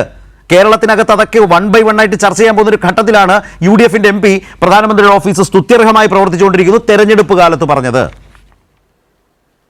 ശരി, മാധ്യമ പ്രവർത്തകൻ എന്ന നിലയ്ക്ക് ശരത്ത് ചോദിച്ചതിന് മാധ്യമ പ്രവർത്തകൻ എന്ന നിലയ്ക്ക് തന്നെ ഉത്തരം പറയാം. പക്ഷമുള്ള മാധ്യമ പ്രവർത്തകനാണ് നമ്മൾ രണ്ടുപേരും, അതുകൊണ്ട് ആ നിലയ്ക്ക് എടുക്കാവൂ. അതായത് നമ്മുടെ കേന്ദ്ര മന്ത്രിയായിരുന്ന നമ്മുടെ MP ആയ NK പ്രേമചന്ദ്രൻ പ്രധാനമന്ത്രിയുടെ വസതിയിൽ നടന്ന ഒരു വിരുന്ന് സൽക്കാരത്തിൽ പങ്കെടുത്തു. അദ്ദേഹം വിശദീകരിച്ചിട്ടുണ്ട്. അതിനുശേഷം അദ്ദേഹം ലോക്സഭയിൽ ഒരു അടിയന്തര പ്രമേയം അവതരിപ്പിച്ചുകൊണ്ട് പ്രസംഗിച്ചു, മോദിക്കെതിരെ ശക്തമായി പ്രസംഗിച്ചു. ആ സമയത്ത് അവിടെ ഉണ്ടാകേണ്ടിയിരുന്ന നമ്മുടെ CPM-ന്റെ MP എളമരം കരീം ഭാരതീയ മസ്ദൂർ സംഘത്തിന്റെ ഒരു പരിപാടിയിൽ പോയി അവർക്കൊപ്പം ചായ കുടിച്ച കാര്യം അറിയാമോ എന്ന് പ്രേമേന്ദ്രൻ ചോദിച്ചിരുന്നു. അതിന് ഉത്തരം പറഞ്ഞില്ല. മാധ്യമപ്രവർത്തനം എന്ന നിലയ്ക്ക് ഞാനത് പറയുകയാണ്. ഒന്ന്. രണ്ടാമത്തെ കാര്യം, കേന്ദ്രമന്ത്രിയായിരുന്ന ഗഡ്കരിയെ നമ്മുടെ മുഖ്യമന്ത്രി പിണറായി വിജയൻ അദ്ദേഹത്തിന്റെ വസതിയിൽ വിളിച്ച് ഒരു സദ്യ കൊടുത്തു. അതിനെക്കുറിച്ചൊന്നും ആരും പറഞ്ഞില്ല. മുഖ്യമന്ത്രി ഇപ്പോഴും CPM-ലുണ്ട്, ഗഡ്കരി BJP-യിലുണ്ട്. അപ്പൊ അതൊരു മാധ്യമ പ്രവർത്തകനായിട്ടുള്ള എന്റെ ഉത്തരം അതാണ്. പിന്നെ ഇവിടെ നമ്മുടെ ശ്രീ ജയരാജൻ പറഞ്ഞ രണ്ടു കാര്യങ്ങളുണ്ട്. അദ്ദേഹം പറഞ്ഞു LDF വളരെ ശക്തമാണ്, UDF ദുർബലമാണ്. ലീഗിന്റെ കാര്യവും പറഞ്ഞു. ലീഗിന്റെ കാര്യം ഇപ്പൊ ചർച്ചയ്ക്ക് എടുക്കുന്നില്ല, കാരണം അത് കൊണ്ടുവരാമെന്ന് ശരത്ത് പറഞ്ഞുകൊണ്ട്. പക്ഷെ ശ്രീ ജയരാജൻ, താങ്കളുടെ LDF-ൽ 2 കക്ഷികളുണ്ട്. ഒന്ന് NCP-യും ഒന്ന് 3 കക്ഷികളുണ്ട്. ഒന്ന് NCP, ഒന്ന് RJD, ഒന്ന് ജനതാദൾ S. NCP-യുടെ അവർ അജിത് പവാറിന്റെ ഒപ്പമാണോ ശരത് പവാറിന്റെ ഒപ്പമാണോ എന്നുള്ളത് അവർ പറയട്ടെ. അവരുടെ ചിഹ്നം ഏതാണെന്നുള്ളത് എനിക്കിപ്പോ അറിയില്ല കേരളത്തിലെ NCP-യുടെ. ഒന്ന്. JDS-ന്റെ ഇപ്പൊ 4 MP ആയിട്ട് അവര് കർണാടകത്തിൽ BJP-യുമായി ചേർന്ന് മത്സരിക്കാൻ പോണ. ഞങ്ങൾക്ക് ബന്ധമില്ലെന്ന് പറയുന്നുണ്ട്. പക്ഷെ എന്തായാലും ചിഹ്നം മാറിയിട്ടില്ല. പിന്നെ ഈ LJD മറ്റേ നമ്മുടെ ശ്രേയാംസ് കുമാറിന്റെ പാർട്ടി ഉണ്ടല്ലോ RJD, അവർക്കൊരു സീറ്റ് കൊടുക്കാത്തതുകൊണ്ട് അവര് കോർപ്പറേഷൻ ബോർഡ് സ്ഥാനങ്ങൾ രാജിവെച്ചു. മിസ്റ്റർ ജയരാജൻ, അതൊക്കെ LDF സംഭവിച്ചിട്ടുള്ള കാര്യങ്ങളാണ്. അതൊന്നും മറക്കരുത്. പിന്നെ ഒരു കാര്യം, ഒറ്റ കാര്യം കൂടെ, നമ്മൾ ഈ വിഷയമൊക്കെ ചർച്ച ചെയ്യുമ്പോഴും കോൺഗ്രസിലെ അസ്വസ്ഥത ചർച്ച ചെയ്യുമ്പോഴും കോഴിക്കോട് കൊയിലാണ്ടിയിൽ CPM പ്രവർത്തകനായിരുന്ന ഒരാൾ CPM-ന്റെ ലോക്കൽ സെക്രട്ടറിയെ വെട്ടിക്കൊണ്ട കാര്യവും മറക്കരുത്. ഇവിടെ ശ്രീ P. ജയരാജൻ, ഞാൻ താങ്കളിലേക്ക് വരുന്നതിന് മുമ്പ് ഇന്ന് ഒരുപക്ഷെ താങ്കൾ മറ്റു തിരക്കുകൾക്കിടയിൽ ശ്രദ്ധിക്കാതെ പോയിട്ടുണ്ടെങ്കിൽ, അല്ലെങ്കിൽ ഈ ചർച്ചയിൽ കാണുന്ന പ്രേക്ഷകർക്ക് വേണ്ടി കൂടി NK പ്രേമചന്ദ്രൻ കൊല്ലത്ത് പറഞ്ഞ 2 വാചകങ്ങളൊന്ന് കണ്ടുകൊണ്ട് ഞാൻ വരാം ശ്രീ P. ജയരാജനിലേക്ക്. പ്രധാനമന്ത്രി ഉദ്ഘാടനം ചെയ്യുന്ന പദ്ധതികളുടെ നിർവഹണം, പൂർത്തീകരണം മാസത്തിൽ എല്ലാ മാസവും പ്രധാനമന്ത്രിയുടെ ഓഫീസ് കൃത്യമായി മോണിറ്റർ ചെയ്യുന്നുണ്ട്, കൃത്യമായി അത് റിവ്യൂ ചെയ്യുന്നുണ്ട്. അപ്പൊ സ്വാഭാവികമായും ഈ പദ്ധതി തീർച്ചയായും നടക്കുമെന്ന കാര്യത്തിൽ എനിക്ക് അശേഷം സംശയമില്ല. BJP ജയ്വിളികളുടെ പശ്ചാത്തലത്തിൽ NK പ്രേമചന്ദ്രൻ എന്ന UDF MP-യുടെ ഈ വാചകങ്ങൾ സ്വാഭാവികമായ ഒരു പാർലമെന്റേറിയന്റെ ഉത്തരവാദിത്വത്തിൽ നിന്നുള്ള പെരുമാറ്റമായിട്ട് എത്രമാത്രം കാണാനാവുന്നുണ്ട് ശ്രീ ജയരാജൻ? അതായത് സാധാരണഗതിയിൽ പ്രധാനമന്ത്രി ഒരു വിരുന്നിന് ക്ഷണിക്കുന്നു, മുഖ്യമന്ത്രി ഒരു വിരുന്നിന് ക്ഷണിക്കുന്നു, പങ്കെടുക്കുന്നത് സ്വാഭാവികമാണ്. പക്ഷേ പ്രേമചന്ദ്രൻ്റെ ഈ പറച്ചലും അതുപോലെ തന്നെ നിലപാടുകളും ഒറ്റപ്പെട്ട കാര്യമല്ല എന്നതാണ് നാം തിരിച്ചറിയേണ്ട ഏറ്റവും പ്രധാനപ്പെട്ട കാര്യം. അദ്ദേഹം പറയുകയാണല്ലോ, നരേന്ദ്രമോദിയെ ന്യായീകരിച്ചുകൊണ്ട് BJP-ക്കാർ ആർപ്പുവിളി നടത്തുന്നതിനിടയിലാണ് മോദി സ്തുതി നടത്തുന്നത്. ഇപ്പോൾ ലോക്സഭാ തെരഞ്ഞെടുപ്പിലേക്ക് പോകുന്ന സാഹചര്യത്തിൽ പ്രേമചന്ദ്രൻ പറയുന്നതിന് പ്രത്യേകമായിട്ടൊരു തലമുണ്ട്. കാരണം ഈ കേരളത്തെ സംബന്ധിച്ചിടത്തോളം UDF ആയാലും അതിൻ്റെ ഭാഗമായിട്ടുള്ള കോൺഗ്രസ് ആയാലും BJP-ക്കെതിരായി പറയുന്നത് വലിയ നിലയിൽ കുറച്ചിരിക്കുകയാണ്. BJP-ക്കെതിരായി പറയാതിരിക്കുക, കേരളത്തിലെ LDF സർക്കാരിനെതിരായിട്ട് പറയുക, അതിൻ്റെ നേതൃത്വത്തിലുള്ള മുഖ്യമന്ത്രിയെപ്പറ്റി പറയുക, CPM-നെ പറ്റി പറയുക. ഇതിനപ്പുറം ഒരു ലോക്സഭാ തെരഞ്ഞെടുപ്പാണ് വരുന്നത്. ആ ലോക്സഭാ തെരഞ്ഞെടുപ്പിൽ 10 വർഷം രാജ്യം ഭരിച്ചിട്ടുള്ള മോദിയുടെ ഭരണത്തെയാണ് ജനങ്ങളാകെ ഏറ്റവും വലിയ ആപത്തായി കണക്കാക്കുന്നത്. പക്ഷേ ഇവിടെ ഈ മോദി സ്തുതിയും മറ്റും നടത്തുന്നത് സ്വാഭാവികമായിട്ടും ഈ UDF-ലെ MP എന്ന നിലക്ക് പ്രേമചന്ദ്രൻ കൈക്കൊള്ളുന്ന രാഷ്ട്രീയമായിട്ടുള്ള അവസരവാദത്തിൻ്റെ പ്രത്യക്ഷമായിട്ടുള്ള തെളിവായിട്ടാണ് ഞാൻ കണക്കാക്കുന്നത്. അദ്ദേഹത്തിന് ഈ നടത്തിയ പ്രസംഗം ഒറ്റപ്പെട്ടതല്ല. അപ്പോൾ നേരത്തെ അദ്ദേഹം ലോക്സഭയിലെ MP-മാരെ പ്രധാനമന്ത്രി പ്രത്യേകമായിട്ട് വിളിക്കുന്നു. എല്ലാവരെയും വിളിച്ചിട്ടില്ല, പ്രേമചന്ദ്രനെ വിളിക്കുന്നു, ചില തിരഞ്ഞെടുക്കപ്പെട്ട ഈ കോൺഗ്രസിൻ്റെ നേതാക്കന്മാരെ വിളിക്കുന്നു, പ്രതിപക്ഷത്തുള്ള ആളുകളെ വിളിക്കുന്നു. അവരിലാണ് നേരത്തെ ഇവിടെ ശരത്ത് പറഞ്ഞതുപോലെ ഒരാൾ BJP-യിലേക്ക് പോയത്. ഇന്നിപ്പോൾ കഴിഞ്ഞ ദിവസം ഇന്നലെ വാർത്ത വന്നല്ലോ, ഇവിടെ കേരളത്തിൻ്റെ അതിർത്തിയിലുള്ള കന്യാകുമാരിയിലെ ഒരു കോൺഗ്രസ് MLA തന്നെ BJP-യിലേക്ക് പോയല്ലോ. അപ്പം അതുകൊണ്ട് ഒരു പ്രധാനപ്പെട്ട മലയാളത്തിലെ പത്രം ഇന്ന് കൊടുത്തിട്ടുള്ള ഒരു വാർത്തയുടെ തലക്കെട്ട് തെരഞ്ഞെടുപ്പ് എടുത്തു, BJP-യിലേക്ക് ഒഴുക്ക് ആരംഭിച്ചിരിക്കുന്നു എന്നാണ്. അപ്പോൾ ആ ഒരു ഒഴുക്കിൻ്റെ ഭാഗമായിട്ടാണ് പ്രേമചന്ദ്രൻ്റെ ഈ പ്രസംഗത്തെയും ഞാൻ കാണുന്നത്. കാരണം ഇവിടെ ഒരു അന്തർധാരയുണ്ട്. UDF-ഉം BJP-യും തമ്മിൽ, അല്ലെങ്കിൽ കോൺഗ്രസും BJP-യും തമ്മിൽ കൃത്യമായിട്ടൊരു അന്തർധാരയുണ്ട്. ആ അന്തർധാരക്കെതിരായിട്ടുള്ള അമർഷം അവരുടെ അണികളിൽ വരുന്നുണ്ട്. അതിൻ്റെ ഭാഗമായിട്ടാണ് ഞാൻ നേരത്തെ പറഞ്ഞിട്ടുള്ള ലീഗിൽ നിന്നുള്ള ശക്തമായിട്ടുള്ള എതിർപ്പ് വരുന്നതിനുള്ള സാഹചര്യം. നേതാക്കന്മാർ അതൊക്കെ നാളെ രാജിയായി മാറ്റിയേക്കാം, പക്ഷേ അവരുടെ അണികളിലുള്ള എതിർപ്പ് ശക്തമായിട്ട് നിലനിൽക്കുന്നു എന്നതാണ് ഇവിടെ ലീഗിൻ്റെ സീറ്റാവശ്യവും അതിനോട് കോൺഗ്രസ് എടുക്കുന്ന നിലപാടും ഒക്കെ തന്നെ വ്യക്തമാക്കുന്നത്. റൈറ്റ്. ഞാൻ ഈ കോണ്ടെക്സ്റ്റിൽ നേരത്തെ ലാലാണത് ആരംഭിച്ചത്, അതൊന്ന് കൺക്ലൂഡ് ചെയ്യാം നമുക്ക് ശ്രീ പ്രേമചന്ദ്രനുമായി ബന്ധപ്പെട്ട ഈ വിഷയം. എന്നിട്ട് ലീഗുമായി ബന്ധപ്പെട്ട വിഷയത്തിലേക്ക് കൂടി നമുക്ക് വരാം.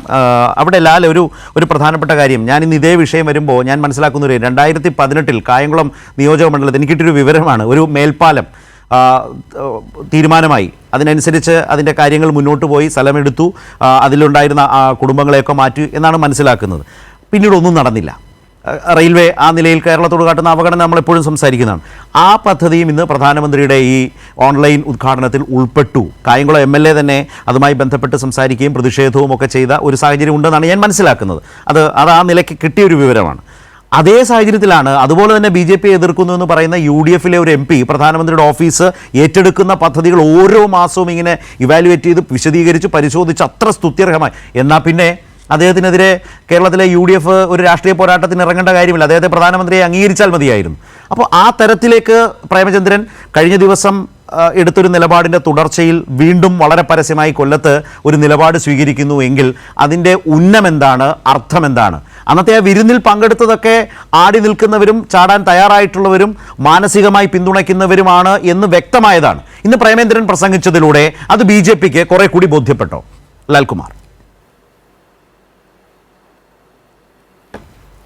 നോക്കൂ, ഇപ്പൊ ഈ പറഞ്ഞ പദ്ധതിയുമായി ബന്ധപ്പെട്ട് പ്രേമേന്ദ്രന്റെ സ്റ്റേറ്റ്മെന്റ് എന്താണ്? പ്രേമേന്ദ്രൻ പറയുന്നത് പ്രധാനമന്ത്രിയുടെ ഓഫീസ് ഈ ഉള്ള വിഷയങ്ങൾ ചേസ് ചെയ്യുകയും അതുകൊണ്ട് തന്നെ ഈ പ്രോജക്റ്റ് ഉറപ്പായിട്ടും നടക്കുമെന്നുള്ളതാണ് അദ്ദേഹം പറയുന്നത്. അപ്പൊ ഈ പ്രോജക്റ്റ് തീരുന്നതിന് വരെ നരേന്ദ്രമോദി ആയിരിക്കും പ്രധാനമന്ത്രി എന്ന് പ്രേമേന്ദ്രന് ഒരു അഭിപ്രായം ഉണ്ടോ? UDF നിന്നുകൊണ്ട് അങ്ങനെ ഒരു അഭിപ്രായം ഉണ്ടോ എന്നുള്ളൊരു ന്യായമായ ചോദ്യമല്ലേ? ശ്രീമാറിയേട്ടൻ അതൊക്കെ അങ്ങ് വിട്ടു. അതിന്റെ രാഷ്ട്രീയത്തിന്റെ പ്രശ്നം അതാണ്. പ്രധാനമന്ത്രിയുടെ ഓഫീസ് ഇത് ചേസ് ചെയ്യും. പ്രധാനമന്ത്രിയുടെ ഓഫീസ് കൃത്യമായി വർക്ക് ചെയ്യുന്നുണ്ട്. അതുകൊണ്ട് തന്നെ ഈ പ്രോജക്റ്റ് വ്യക്തമായി തീരുമെന്ന് എനിക്ക് ഉറപ്പാണ്. അപ്പൊ പ്രോജക്റ്റ് തീരുന്നതിന് വരെ നരേന്ദ്രമോദിയാ പ്രധാനമന്ത്രി അല്ലേ? ആ സെന്റൻസിന്റെ ഇംപ്ലോയിഡ് മീനിങ് എന്താണ്? ആ സെന്റൻസിന് ഒറ്റ മീനിങ്ങേ ഉള്ളൂ. പ്രേമേന്ദ്രൻ പറയുന്നത് ഈ പ്രോജക്റ്റ് തീരുന്നതിന് വരെ പ്രധാനമന്ത്രി മോഡിയാണോ? ഈ പറയുന്ന സ്റ്റേറ്റ്മെന്റുകൾ, ഇതേ തലത്തിലുള്ള സ്റ്റേറ്റ്മെന്റുകൾ പ്രേമേന്ദ്രൻ നേരത്തെ പറഞ്ഞിട്ടുണ്ട്. കഴിഞ്ഞ തെരഞ്ഞെടുപ്പ് കാലത്ത് സംഘപരിവാർ അനുകൂല നിലപാട് പ്രേമേന്ദ്രൻ ഒരിക്കൽ പറഞ്ഞു. അന്നത് വിമർശിക്കപ്പെട്ടതാണ്. ഈ തെരഞ്ഞെടുപ്പായപ്പോഴും പ്രേമേന്ദ്രൻ കൃത്യമായി സംഘപരിവാർ അനുകൂലമായിട്ടുള്ള പ്രധാനമന്ത്രി അനുകൂലമായിട്ടൊരു സ്റ്റേറ്റ്മെന്റ് പറയുന്നു. കാര്യം എന്താ? വളച്ചുകെട്ടൊന്നും ഇല്ലാതെന്ന് പറയാം. BJPയുടെ വോട്ട് വേണം, വേറൊന്നുമല്ല. ഞാനൊരു കാര്യം പറയാം, നിങ്ങൾ എന്നെ കേൾക്കുന്നവർ ആലോചിച്ച് നോക്കിയാൽ മതി. മാർക്സിസ്റ്റുകാരനും കോൺഗ്രസ് ഒന്നും കരുതണ്ട. യുക്തിഭദ്രമായ ഒരു കാര്യം ഞാൻ അങ്ങോട്ട് പറയാം, നിങ്ങൾ ആലോചിച്ചാൽ മതി. അദ്ദേഹം സ്റ്റേജിൽ നിന്നൊരു കാര്യം പറയുന്നു, പ്രധാനമന്ത്രിയെ പുകഴ്ത്തി, പ്രധാനമന്ത്രിയുടെ ഓഫീസിനെ പുകഴ്ത്തി. അപ്പൊ അവിടെ ജയ് BJP, പിന്നെ അതിന്റെ കൂട്ടത്തിൽ നരേന്ദ്രമോദിക്ക് ഈ ജയും വിളിക്കുന്നുണ്ട്. അപ്പൊ അദ്ദേഹം RSP, revolutionary socialist party, Marxist ചിന്തയുള്ള ഒരാളാണെങ്കിൽ അദ്ദേഹം എന്താ പറയേണ്ടത്? അദ്ദേഹം പറയേണ്ടത് അത് അദ്ദേഹത്തിന്റെ ഡ്യൂട്ടിയുടെ ഭാഗമാണ്, അത് വലിയ പ്രശ്നമാകേണ്ട. ഇതുപോലുള്ള പല പദ്ധതികളും രാജ്യത്ത് നടന്നിട്ടുണ്ട്. പറയണ്ടേ? അപ്പൊ ചുരുക്കത്തിൽ പറഞ്ഞാൽ അദ്ദേഹം ചെയ്യേണ്ട ജോലിയാണിത് എന്ന് അദ്ദേഹം പറയണം. അത് പറഞ്ഞില്ല. പിന്നെ നിതിൻ ഗഡ്കരി കേരളത്തിൽ വന്നു കഴിഞ്ഞപ്പോൾ മുഖ്യമന്ത്രിയോട് എടുത്ത് ആഹാരം കഴിച്ചോ?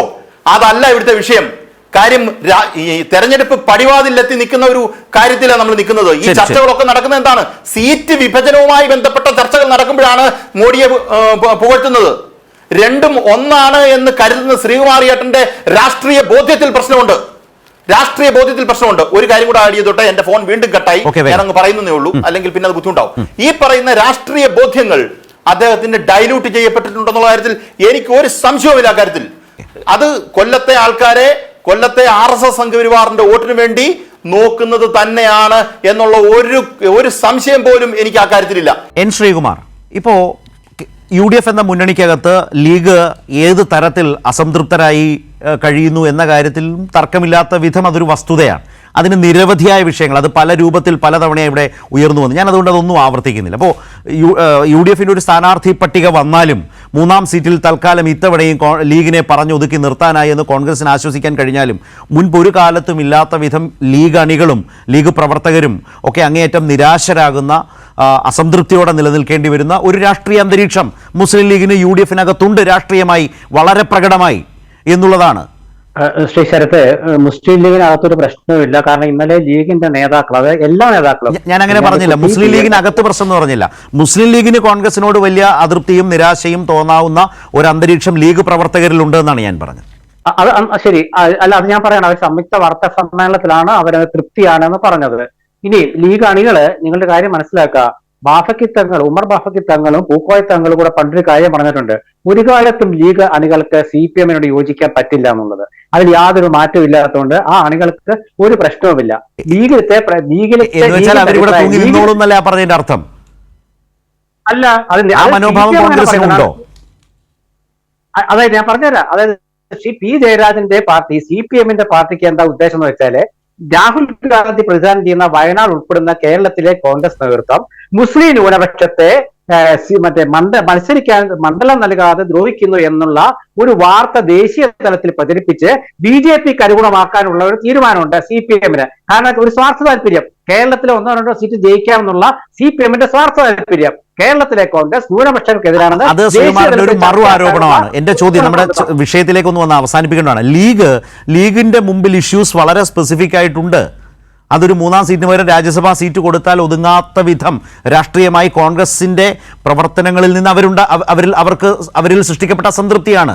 ശരത്ത്, നിങ്ങൾ ഈ സീറ്റ് എന്നുള്ള ആ വാക്കം കള. ഒരു MP സ്ഥാനമാണ്. അതായത് മലപ്പുറത്ത് പൊന്നാനിയിലും മുസ്ലിം ലീഗ് ജയിക്കാൻ പോകുന്നു. കൂട്ടത്തിൽ അവർക്കൊരു രാജ്യസഭ അംഗത്വം കിട്ടിയ 3 MP, അത്ര ചിന്തിച്ചാൽ മതി. സീറ്റ് ലോക്സഭയായാലും മത്സരമാണ്, രാജ്യസഭയാണെങ്കിലും MLA-മാരുടെ ജനങ്ങൾ അങ്ങനെയാണെങ്കിൽ പിന്നെ താങ്കൾ പറഞ്ഞ പോലെ ലീഗ് ചോദിക്കേണ്ട കാര്യമില്ലല്ലോ. അത് കോൺഗ്രസ് അങ്ങനെയാണ് അതിനെ കാണുന്നത്, ലീഗ് അങ്ങനെയല്ല കാണുന്നത്. പിന്നെ അവർക്ക് വഴങ്ങേണ്ടി വന്നേക്കാം, അറിഞ്ഞുകൂടാ. പക്ഷേ കോൺഗ്രസിന്റെ ഒരു മനോഭാവം ശ്രീ N. ശ്രീകുമാറിന്റെ സമീപനത്തിലുണ്ട്. അതാണ് ലീഗിനെ ബുദ്ധിമുട്ടിക്കുന്നത്. അല്ലല്ല, കോൺഗ്രസിന്റെ സമീപനമൊന്നുമല്ല. ഇടതുമുന്നണി ഘടകകക്ഷികളോട് CPM കാണിക്കുന്ന അത് വേറെ നമ്മളൊരു വിഷയം സ്പെസിഫിക് ആയി പറയുമ്പോൾ എന്റെ ചോദ്യത്തിൽ അങ്ങോട്ടേക്കും കടന്നു കയറേണ്ട കാര്യമില്ലാത്തതുകൊണ്ടാണ് ഞാൻ പറയുന്നത്, സമയമില്ലാത്തതുകൊണ്ടാണ്. അതാണ് സമയമില്ലാത്തതുകൊണ്ടാണ് ഞാനും പെട്ടെന്ന് താരതമ്യമാകുമ്പോൾ പെട്ടെന്ന് മനസ്സിലാവും. അപ്പോൾ പ്രശ്നത്തെ അഡ്രസ് ചെയ്യാതെ ഒഴിഞ്ഞു മാറാനുള്ള ഒരു ഉപായമായിട്ട് അത് മാറും. അതുകൊണ്ടാണ്. അല്ലല്ല, മുസ്ലിം ലീഗിന്റെ അണികൾക്ക് ഇപ്പൊ ലീഗ് നേതൃത്വവും കോൺഗ്രസ് നേതൃത്വവും എടുത്ത നിലപാടിനോട് മുസ്ലിം ലീഗിന്റെ അണികൾക്കും സമസ്തയുടെ നേതൃത്വത്തിനും പരിപൂർണ തൃപ്തിയാണുള്ളത്. അത് മറ്റന്നാൾ നിങ്ങൾക്ക് കൂടുതൽ വ്യക്തമാകും ലീഗിന്റെ യോഗം കഴിയുമ്പോൾ. ശ്രീ ജയരാജൻ, വേറെ ഞാൻ പോകുന്നില്ല. ശ്രീ ജയരാജൻ, ഇവിടെ ശ്രീകുമാർ പറഞ്ഞ അവസാനത്തെ വാചകം ഞാൻ കേട്ടു. അതായത് ലീഗ് അണികൾക്കും സമസ്തയുടെ അനുയായികൾക്കും ഒക്കെ കോൺഗ്രസിൻ്റെ നിലപാട് സംബന്ധിച്ച് നല്ല അഭിപ്രായമാണെന്നാണ് അദ്ദേഹം പറഞ്ഞത്. സമസ്തയുടെ മുഖപത്രമാണ് സുപ്രഭാതം. ആ സുപ്രഭാതം കഴിഞ്ഞ കുറച്ച് ആഴ്ചകൾക്ക് മുമ്പ് രാമക്ഷേത്രത്തിൻ്റെ പ്രാണപ്രതിഷ്ഠാ ചടങ്ങിനോടനുബന്ധിച്ച് CPM-ഉം CPI-യും അസന്നിഗ്ധമായിട്ടുള്ള നിലപാട് സ്വീകരിച്ചു. കോൺഗ്രസ് സന്നിഗ്ധമായിട്ടുള്ള നിലപാട് സ്വീകരിച്ചപ്പോൾ ആ പത്രം എഴുതിയിട്ടുള്ള മുഖപ്രസംഗം ശ്രീകുമാറിനെ ഓർമ്മിപ്പിക്കാൻ ഞാൻ ആഗ്രഹിക്കുകയാണ്. ബാബരി പള്ളി പൊളിച്ചെടുത്തോ കോൺഗ്രസ് കാലുകുത്തുന്നത് എന്നാണ് ആ മുഖപ്രസംഗത്തിലൂടെ ചോദിച്ചത്. ആ സുപ്രഭാതം പത്രത്തിൽ കഴിഞ്ഞ ദിവസം എഡിറ്റോറിയൽ പേജിൽ വന്നിട്ടുള്ള ഒരു ലേഖനം ശ്രീകുമാറിൻ്റെ ശ്രദ്ധയിൽപ്പെടുത്തുന്നതാണ്. അദ്ദേഹം ചിലപ്പോൾ വായിച്ചിട്ടുണ്ടാവാം, ബോധപൂർവം മറക്കുന്നതായിരിക്കാം. ആ ലേഖനത്തിൽ പറഞ്ഞിട്ടുള്ളത് ജവഹർലാൽ നെഹ്റു യൂണിവേഴ്സിറ്റിയിലെ ബാഫാക്ക് തങ്ങൾ സ്റ്റഡി സർക്കിൾ യൂണിറ്റ് ഒരു പഠനം നടത്തി. കേരളത്തിൽ ഈ ന്യൂനപക്ഷങ്ങൾക്ക് എത്രമാത്രം ജനപ്രാതിനിധ്യ വ്യവസ്ഥയിൽ പ്രാതിനിധ്യം കിട്ടുന്നുണ്ട് എന്നുള്ള കാര്യം അവർ പരിശോധിക്കുകയുണ്ടായി. അവർ റിപ്പോർട്ട് പ്രസിദ്ധീകരിച്ചിട്ടുണ്ട്. ആ റിപ്പോർട്ട് അനുസരിച്ച് കേരളത്തിലെ മുസ്ലിം ലീഗിന് മുസ്ലിം ബഹുജനങ്ങളിലുള്ള സ്വാധീനം വെച്ച് 30 നിയമസഭാ സീറ്റുകൾ വരെയും 5 ലോക്സഭാ സീറ്റുകൾ വരെയും ചോദിക്കാൻ അർഹതയുണ്ട്. ന്യായമായിട്ടുള്ള പ്രാതിനിധ്യം ഈ നിലക്ക് കിട്ടണം എന്നാണ് ആ സുപ്രഭാതം ലേഖനത്തിൽ. സമസ്തയുടെ പത്രത്തിൽ വന്ന ലേഖനവും മുഖപ്രസംഗവുമാണ് ഞാനിവിടെ പറഞ്ഞത്. അപ്പോൾ യഥാർത്ഥത്തിൽ ഒരു സൗഹൃദ മത്സരത്തിന് ലീഗ് തയ്യാറാവുമോ എന്നാണ് സമസ്തയുടെ പത്രം ചോദിക്കുന്നത്. അപ്പോൾ ഇത്ര പ്രത്യക്ഷമായി ശ്രീകുമാറിന് ഇങ്ങനെ കോൺഗ്രസിൻ്റെ എല്ലാ നിലപാടുകളോടും യോജിപ്പുണ്ടെങ്കിൽ, മുസ്ലിം ലീഗ് എടുക്കുന്ന എല്ലാ നിലപാടുകളോടും യോജിപ്പുണ്ടെങ്കിൽ സമസ്തയുടെ ഈ പത്രത്തിൽ വന്ന ഇത്തരം ലേഖനങ്ങൾക്ക് എന്ത് പ്രസക്തിയാണുള്ളത്? ചില പ്രസക്തി ഉണ്ട് എന്നാണ് ഞാൻ പറയുന്നത്. ഇവിടെ ശ്രീകുമാർ പറഞ്ഞിട്ടുള്ള വേറൊരു കാര്യം, CPM-ന്റെ സമീപനവുമായിട്ട് മുസ്ലിം ലീഗിൻ്റെ അണികൾക്ക് യോജിക്കാനാവില്ല എന്നാണ് പറഞ്ഞത്. ഈ അടുത്ത കാലത്തെ ഒരു കാര്യം ഞാൻ ശ്രീകുമാറിനെ ഓർമ്മിപ്പിക്കുകയാണ്. പലസ്തീൻ വിഷയത്തിൽ CPI-യും കോഴിക്കോട് സെമിനാർ സംഘടിപ്പിച്ചപ്പോൾ ലീഗിൻ്റെ പ്രമുഖനായിട്ടുള്ള നേതാവാണല്ലോ ക്ഷണിച്ചാൽ പങ്കെടുക്കുമെന്ന് പറഞ്ഞത്. അപ്പോൾ എന്താ അതേക്കുറിച്ച് ശ്രീകുമാറിന് പറയാനുള്ളത്? ക്ഷണിച്ചാൽ ഞങ്ങൾ പങ്കെടുക്കും എന്ന് ലീഗിൻ്റെ സംസ്ഥാന നേതാവ് മുഹമ്മദ് ബഷീർ, ET മുഹമ്മദ് ബഷീർ പറഞ്ഞല്ലോ. കോൺഗ്രസ് മൂക്ക് കയറിട്ടു. അതിൻ്റെ അടിസ്ഥാനത്തിൽ അവർ വരില്ല എന്ന് തീരുമാനിച്ചു. പക്ഷേ ലീഗ് അണികളിൽ വരുന്ന അഭിപ്രായമാണ്. ലീഗിനെ CPM കൂട്ടാനൊന്നും ഇപ്പം തീരുമാനിച്ചിട്ടില്ല. പക്ഷേ ഒരു കാര്യം ശ്രീകുമാർ മനസ്സിലാക്കണം, കേരളത്തിൻ്റെ ചരിത്രത്തിൽ ലീഗിന് ആദ്യമായിട്ട് മന്ത്രിസ്ഥാനം കൊടുത്തത് CPM ആണ്. 1967 സ്വാതന്ത്ര്യം കിട്ടി, ഒന്നാമത്തെ തെരഞ്ഞെടുപ്പ് 52-ൽ നടന്നു. 52-ന് ശേഷം 25 വർഷക്കാലം ലീഗിന്റെ വോട്ട് വാങ്ങി ജയിച്ചിട്ട് അധികാരത്തിൽ വന്നപ്പോൾ മന്ത്രിസ്ഥാനം കൊടുക്കാത്തൊരു പാർട്ടിയാണ് കോൺഗ്രസ്. അതൊക്കെ ലീഗിലെ അണികൾക്കറിയാം. ലീഗിന് മന്ത്രിസ്ഥാനം കൊടുത്തു കഴിഞ്ഞാൽ വർഗീയത ഉണ്ടാവും. ശ്രീ ജയരാജൻ, താങ്കളുടെ വാദം പറഞ്ഞു വന്നത് പൂർത്തിയാക്കുന്നതിന് മുമ്പ് കൈ ഉയർത്തിയതുകൊണ്ട് മാധ്യമങ്ങളുടെ ശ്രീകുമാറിന് വളരെ ചെറിയൊരു അവസരം ഭയങ്കരമായിട്ടുള്ള വർഗീയ ധ്രുവീകരണം ഉണ്ടായി എന്നാണ് അദ്ദേഹത്തോട് ചോദിക്കാനുണ്ടെങ്കിൽ. ശ്രീകുമാർ, വളരെ ചെറിയ അവസരമാണ്, സമയം തീരുന്നു, വേഗം എനിക്ക് ലാലിലേക്ക് കൂടി ഒന്ന് പോകണം. എന്തെങ്കിലും ഉണ്ടോ ശ്രീകുമാർ? അതായത് ശ്രീ പി ജയരാജൻ സുപ്രഭാതത്തിന്റെ എഡിറ്റോറിയലിനെ കുറിച്ച് ഓർമ്മിപ്പിച്ചു. ശരി തന്നെയാണത്. ആ സുപ്രഭാതത്തിന്റെ എഡിറ്റോറിയൽ അല്ലല്ലോ, ഒരു മിനിറ്റ്, സമസ്തയുടെ അഭിപ്രായമല്ല എന്ന് ജിഫ്രി മുത്തിക്കോയ തങ്ങൾ പറഞ്ഞതും ഞാൻ അദ്ദേഹത്തെ ഓർമ്മിപ്പിക്കുകയാണ്. ശ്രീ ജയരാജൻ പൂർത്തിയായിക്കോളൂ. സമസ്തയുടെ അഭിപ്രായമല്ല എന്നുള്ളതാണ് അദ്ദേഹത്തിന്റെ വാദം. ഇവിടെ ശ്രീ ജയരാജൻ, അതെ, സമസ്തയുടെ മുഖപ്രസംഗം, സമസ്തയുടെ പത്രത്തിൽ വന്ന മുഖപ്രസംഗം ജിഫ്രി തങ്ങൾ പറഞ്ഞു അതൊക്കെ സമസ്തയുടെ അഭിപ്രായമായോ? സുപ്രഭാതത്തിന്റെ അഭിപ്രായം വന്നല്ലോ. സുപ്രഭാതം പ്രതിനിധീകരിക്കുന്നത് ആരെയാണ്? സമസ്തയാണ്. ലീഗ് പ്രതിനിധാനം ചെയ്യുന്ന ജനവിഭാഗങ്ങളിൽ വലിയ നിലക്ക് സ്വാധീനമുള്ള ഒരു പത്രമാണ് സുപ്രഭാതം എന്ന കാര്യത്തിൽ ശ്രീകുമാറിന് തർക്കമുണ്ടാവില്ലല്ലോ. ബഹുമാനപ്പെട്ട ജിഫ്രി തങ്ങള് ഇത്തരമൊരു നിലപാട് പറഞ്ഞു. അത് എല്ലാം സമസ്ത തീരുമാനിച്ച കാര്യമല്ല, പക്ഷേ പത്രത്തിന്റെ അഭിപ്രായം എന്ന നിലക്ക് എടുത്താൽ മതി. പത്രത്തിൽ അങ്ങനെ ഒരു അഭിപ്രായം വന്നല്ലോ. അത് ലീഗണിലുള്ള അഭിപ്രായത്തിന്റെ പ്രകടനം തന്നെയാണെന്നാണ് ഞാൻ മനസ്സിലാക്കുന്നത്. അപ്പൊ യഥാർത്ഥത്തിൽ ലീഗിനെ മൂലക്കിരുത്തുകയാണ് കോൺഗ്രസ് ചെയ്യുന്നത് എന്ന അഭിപ്രായം ശക്തമായിട്ടുണ്ട്. ഞാൻ നേരത്തെ പറഞ്ഞതുപോലെ ഗവർണർ വിഷയത്തിൽ കോൺഗ്രസിന്റെ നിലപാടിനോടൊപ്പമാണോ കേരളത്തിലെ മുസ്ലിം ലീഗ് നേതൃത്വം? നിയമസഭയിൽ കുഞ്ഞാലിക്കുട്ടി അതിനെതിരായിട്ട്, ആരിഫ് മുഹമ്മദ് ഖാനെതിരായിട്ട് നിലപാട് സ്വീകരിച്ചല്ലോ. ഡൽഹിയിൽ ഫെബ്രുവരി 8-ന് നടക്കുന്ന പ്രക്ഷോഭം സംബന്ധിച്ച് കോൺഗ്രസ് എടുക്കുന്ന നിലപാടല്ലല്ലോ മുസ്ലിം ലീഗ് നേതൃത്വം സ്വീകരിച്ചിട്ടുള്ളത്. അപ്പൊ യഥാർത്ഥത്തിൽ നമ്മുടെ രാജ്യത്തിലെ മാറിക്കൊണ്ടിരിക്കുന്ന രാഷ്ട്രീയ സാഹചര്യത്തിൽ ലീഗ് അണികളിൽ വന്ന അഭിപ്രായ പ്രകടനങ്ങളാണ് ഇപ്പോ കോൺഗ്രസും ലീഗും തമ്മിലുള്ള സീറ്റ് തർക്കത്തിൽ ഊന്നി പറയാൻ ആഗ്രഹിക്കുന്നത്. ഈ തെരഞ്ഞെടുപ്പിൽ അത് വളരെ പ്രകടവും ശക്തവുമാണ് എന്നുള്ളിടത്താണ് നമ്മൾ എത്തി നിൽക്കുന്ന ഈ ചർച്ചയുടെ ഒരു ഘട്ടം. അതാണ് നമുക്ക് ഈ ചർച്ച അവസാനിപ്പിക്കണം. ലാലെ, വളരെ ചുരുക്കം വാക്കുകളിൽ ഒന്ന് താങ്കളുടെ കൂടി ഏതെങ്കിലും പോയിന്റ് ഇതിൽ കൂട്ടിച്ചേർക്കാനുണ്ടെങ്കിൽ ലീഗുമായി ബന്ധപ്പെട്ട്. ലീഗുമായി ബന്ധപ്പെട്ട് വളരെ സിമ്പിളാണ്. ലീഗ് സംസ്ഥാനത്ത് അവർക്ക് ആവശ്യമുണ്ട്, ദേശീയ തലത്തേക്ക് അവരൊരു ബാധ്യതയാണ്. കാര്യം എന്നറിയോ? ദേശീയ തലത്തിലേക്ക് വരുമ്പം ഈ മുസ്ലിം പ്രീണനം എന്ന് പറയുന്ന ഒരു വാദം സംഘപരിവാർ എടുത്ത് മുന്നോട്ട് പോകും. യഥാർത്ഥത്തിൽ ഇവിടുത്തെ മുസ്ലിം മതന്യൂനപക്ഷത്തെ താറടിച്ച് കാണിച്ച് ഇല്ലാതാക്കി അവർക്ക് ഒരു അസ്തിത്വം ഇല്ലാത്ത രീതിയിലുള്ള രാഷ്ട്രീയമാണ് സംഘപരിവാർ പറയുന്നത്. അത് പറയുമെന്ന് പേടിച്ചിട്ടാണ് ഈ കോൺഗ്രസ് ചെയ്യാത്തത്. എന്ന് വെച്ചാൽ ചുരുക്കത്തിൽ പറഞ്ഞാൽ കോൺഗ്രസിന്റെ കാര്യം നടക്കണം, ലീഗിന്റെ കാര്യം നടക്കുന്നതിലൊന്നും കോൺഗ്രസിന് ഒരു താല്പര്യമില്ല. അത് തന്നെയാണ് കാര്യം. വളരെയധികം ഈ ചർച്ചയിൽ പങ്കെടുത്തതിന് ശ്രീ പി ജയരാജൻ, ശ്രീ എൻ ശ്രീകുമാർ, അതുപോലെ അഡ്വക്കേറ്റ് ലാൽകുമാർ. നമുക്ക് ന്യൂസ് ആൻഡ് വ്യൂസ് അവസാനിപ്പിക്കേണ്ട സമയം എത്തിയിരിക്കുന്നു.